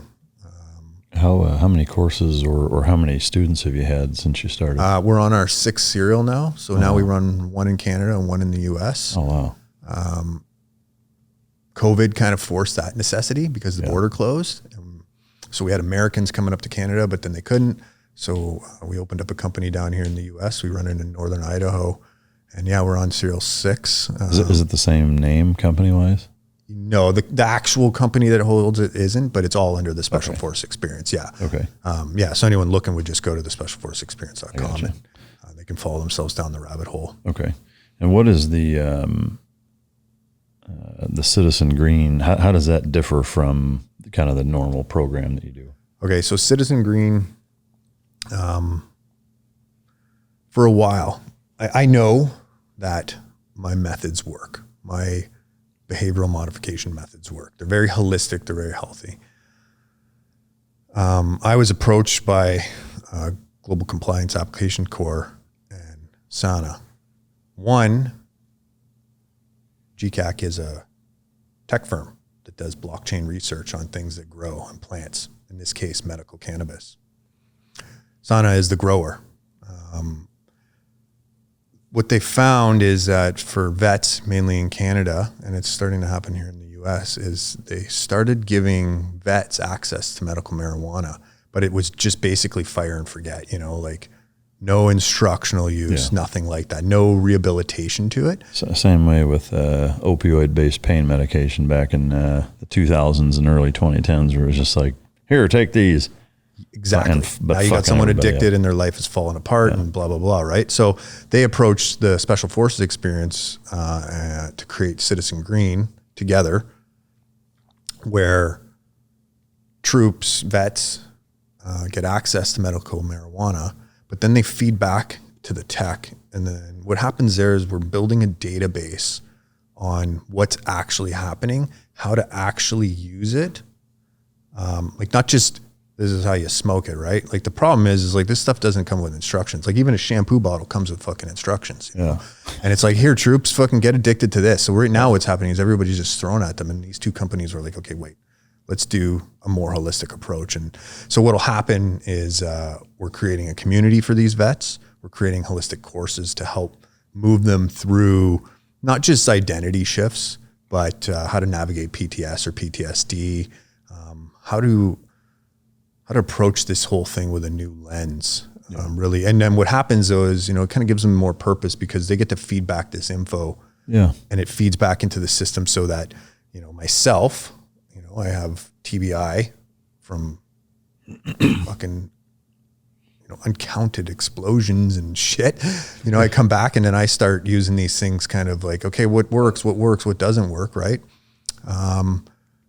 So that we can get ahead of the cycle faster. Because what's happening is like, it's just, people are just getting addicted to these things. And it's actually quite nice to see a tech and a grow up do this. It's really quite beautiful. And we're looking super forward to it. We're already starting to gather data down here in the US and California. It'll be a little bit different down here because state by state regulations are so different. Yeah. But it'll make its way around. Yeah. Is there like an online portion at all of what you guys do, or is it all like workshop experience? Yeah. So when we created the process, there's an in-person event, but there's 4 phases to it. 1, 2, 3, 4. There's a selection, and then there's holistic workups, and then there's the event, an 8-day intense event, and then there's the post. Okay? So all growth cycles, you need to do things before, during, and after. And that's where we kind of modeled phase 2, phase 3, phase 4. But when we created them, we created some online programs. One of them is called the Trials. And it's a 12-week course that people go through. It teaches them, it gives them new language. There's a big portion of it. But they go through and there's a psychological silo, physiological, contemplative, and then sleep and nutrition. The idea is to move them to being their own coach closer. Not like so much physical coaching, but almost like life coach. Yeah. How to tune into yourself better. And then it has some challenges in there to really, what we noticed, we actually, in any of these discussions we just had, they're all altered states of consciousness. Anytime you move away from whatever a baseline would be, it's an altered state of consciousness. And when you do that, you move your mind to a high entropy state. What happens there, kind of shake up the snow globe, is it has high potentiality for different patterning. And the idea here is to do that on purpose, give them the tools to do that on purpose. And then, then we'll segue lots of those lessons over to Citizen Green, where we're going to be bringing in researchers, scientists, and then we'll call them professionals, professional weed smokers, professional medical cannabis users, that actually know how to test it, use it. To actually use it properly, you do this when you do this, if you smoke this much, do this, and beyond just, simple kind of methods. Yeah. I got you. That's some fascinating shit. So you're on your 6th course. How often are you guys doing them? 2 a year. 2 a year. One in the spring, one in the fall. And then in 2 years, we're going to be doing one in New Zealand. Oh, wow. With Warfighter Athletic. Oh, cool. Out of there. And so we're there for the process. Yeah. We're running 2 a year. About how many students go through? So it varies. You'd be surprised how many people quit before they even get to the bus. Really? Yeah. This next one, we're up around 46. Oh, wow. But 30 is kind of that number in and out. So what happens is I'd like to keep like a 2-to-1 ratio for cadre to candidates to make sure it's very intimate because what happens is as they go through, especially the 8-day portion, the kind of in-person portion, we want it to evolve with them. So when it comes to figuring out your dynamics, you'll start to display certain characteristics as you go. And what we want to do is we want to pressure certain avenues of that. So we alter the state of consciousness by, pressuring physiology and psychology. That changes their perception. And once we change that perception, that's when they can find new avenues, new behaviors. They can alter behaviors and they can add ones they want. We never dictate what they should be. Yeah. I think that would be a bit unfair. But we present those conditions for them to do that. Okay. And is it set up as in conjunction with any nonprofits that help pair guys that need that with that, or how does that work? Yeah. So what we're doing, Mike, is we mostly focus on what we call high achieving men. It's not to put people on a different level, but the idea is that they can go and they can use these new tools to disseminate like that. Up in Canada right now, the nonprofits aren't as prolific as they are down here. Yeah. We've been trying to work. So what'll happen is there will be people who sponsor certain people. The thing is psychological stability has to be in place. Otherwise, you could destabilize someone more. I got you. And that's not what the program's designed for. Yeah.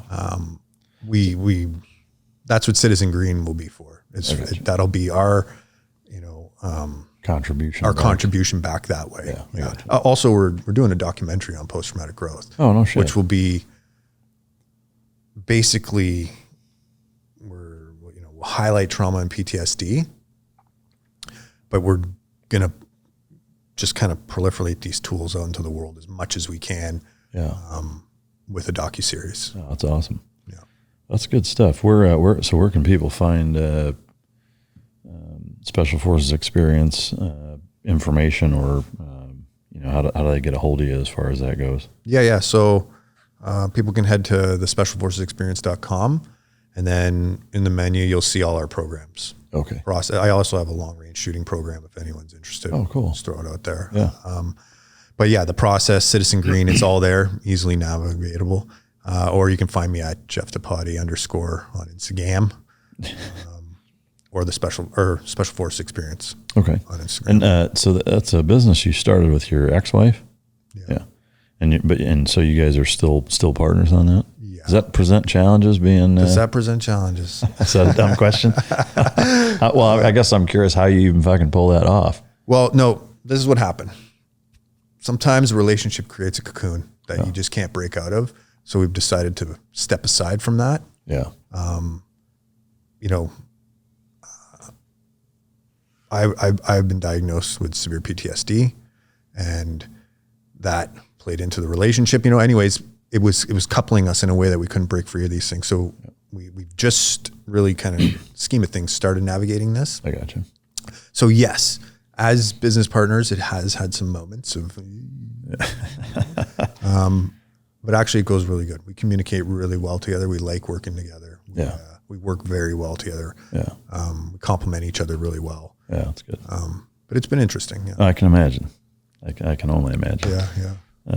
Well, good shit, man. Well, it's awesome having you on. I appreciate you taking the time again. It's, Canadian military as a whole, but especially Canadian Special Operations have played a pretty significant role in both Iraq and Afghanistan and elsewhere, that I think very few Americans realize. How much skin in the game you guys have had over the last couple decades.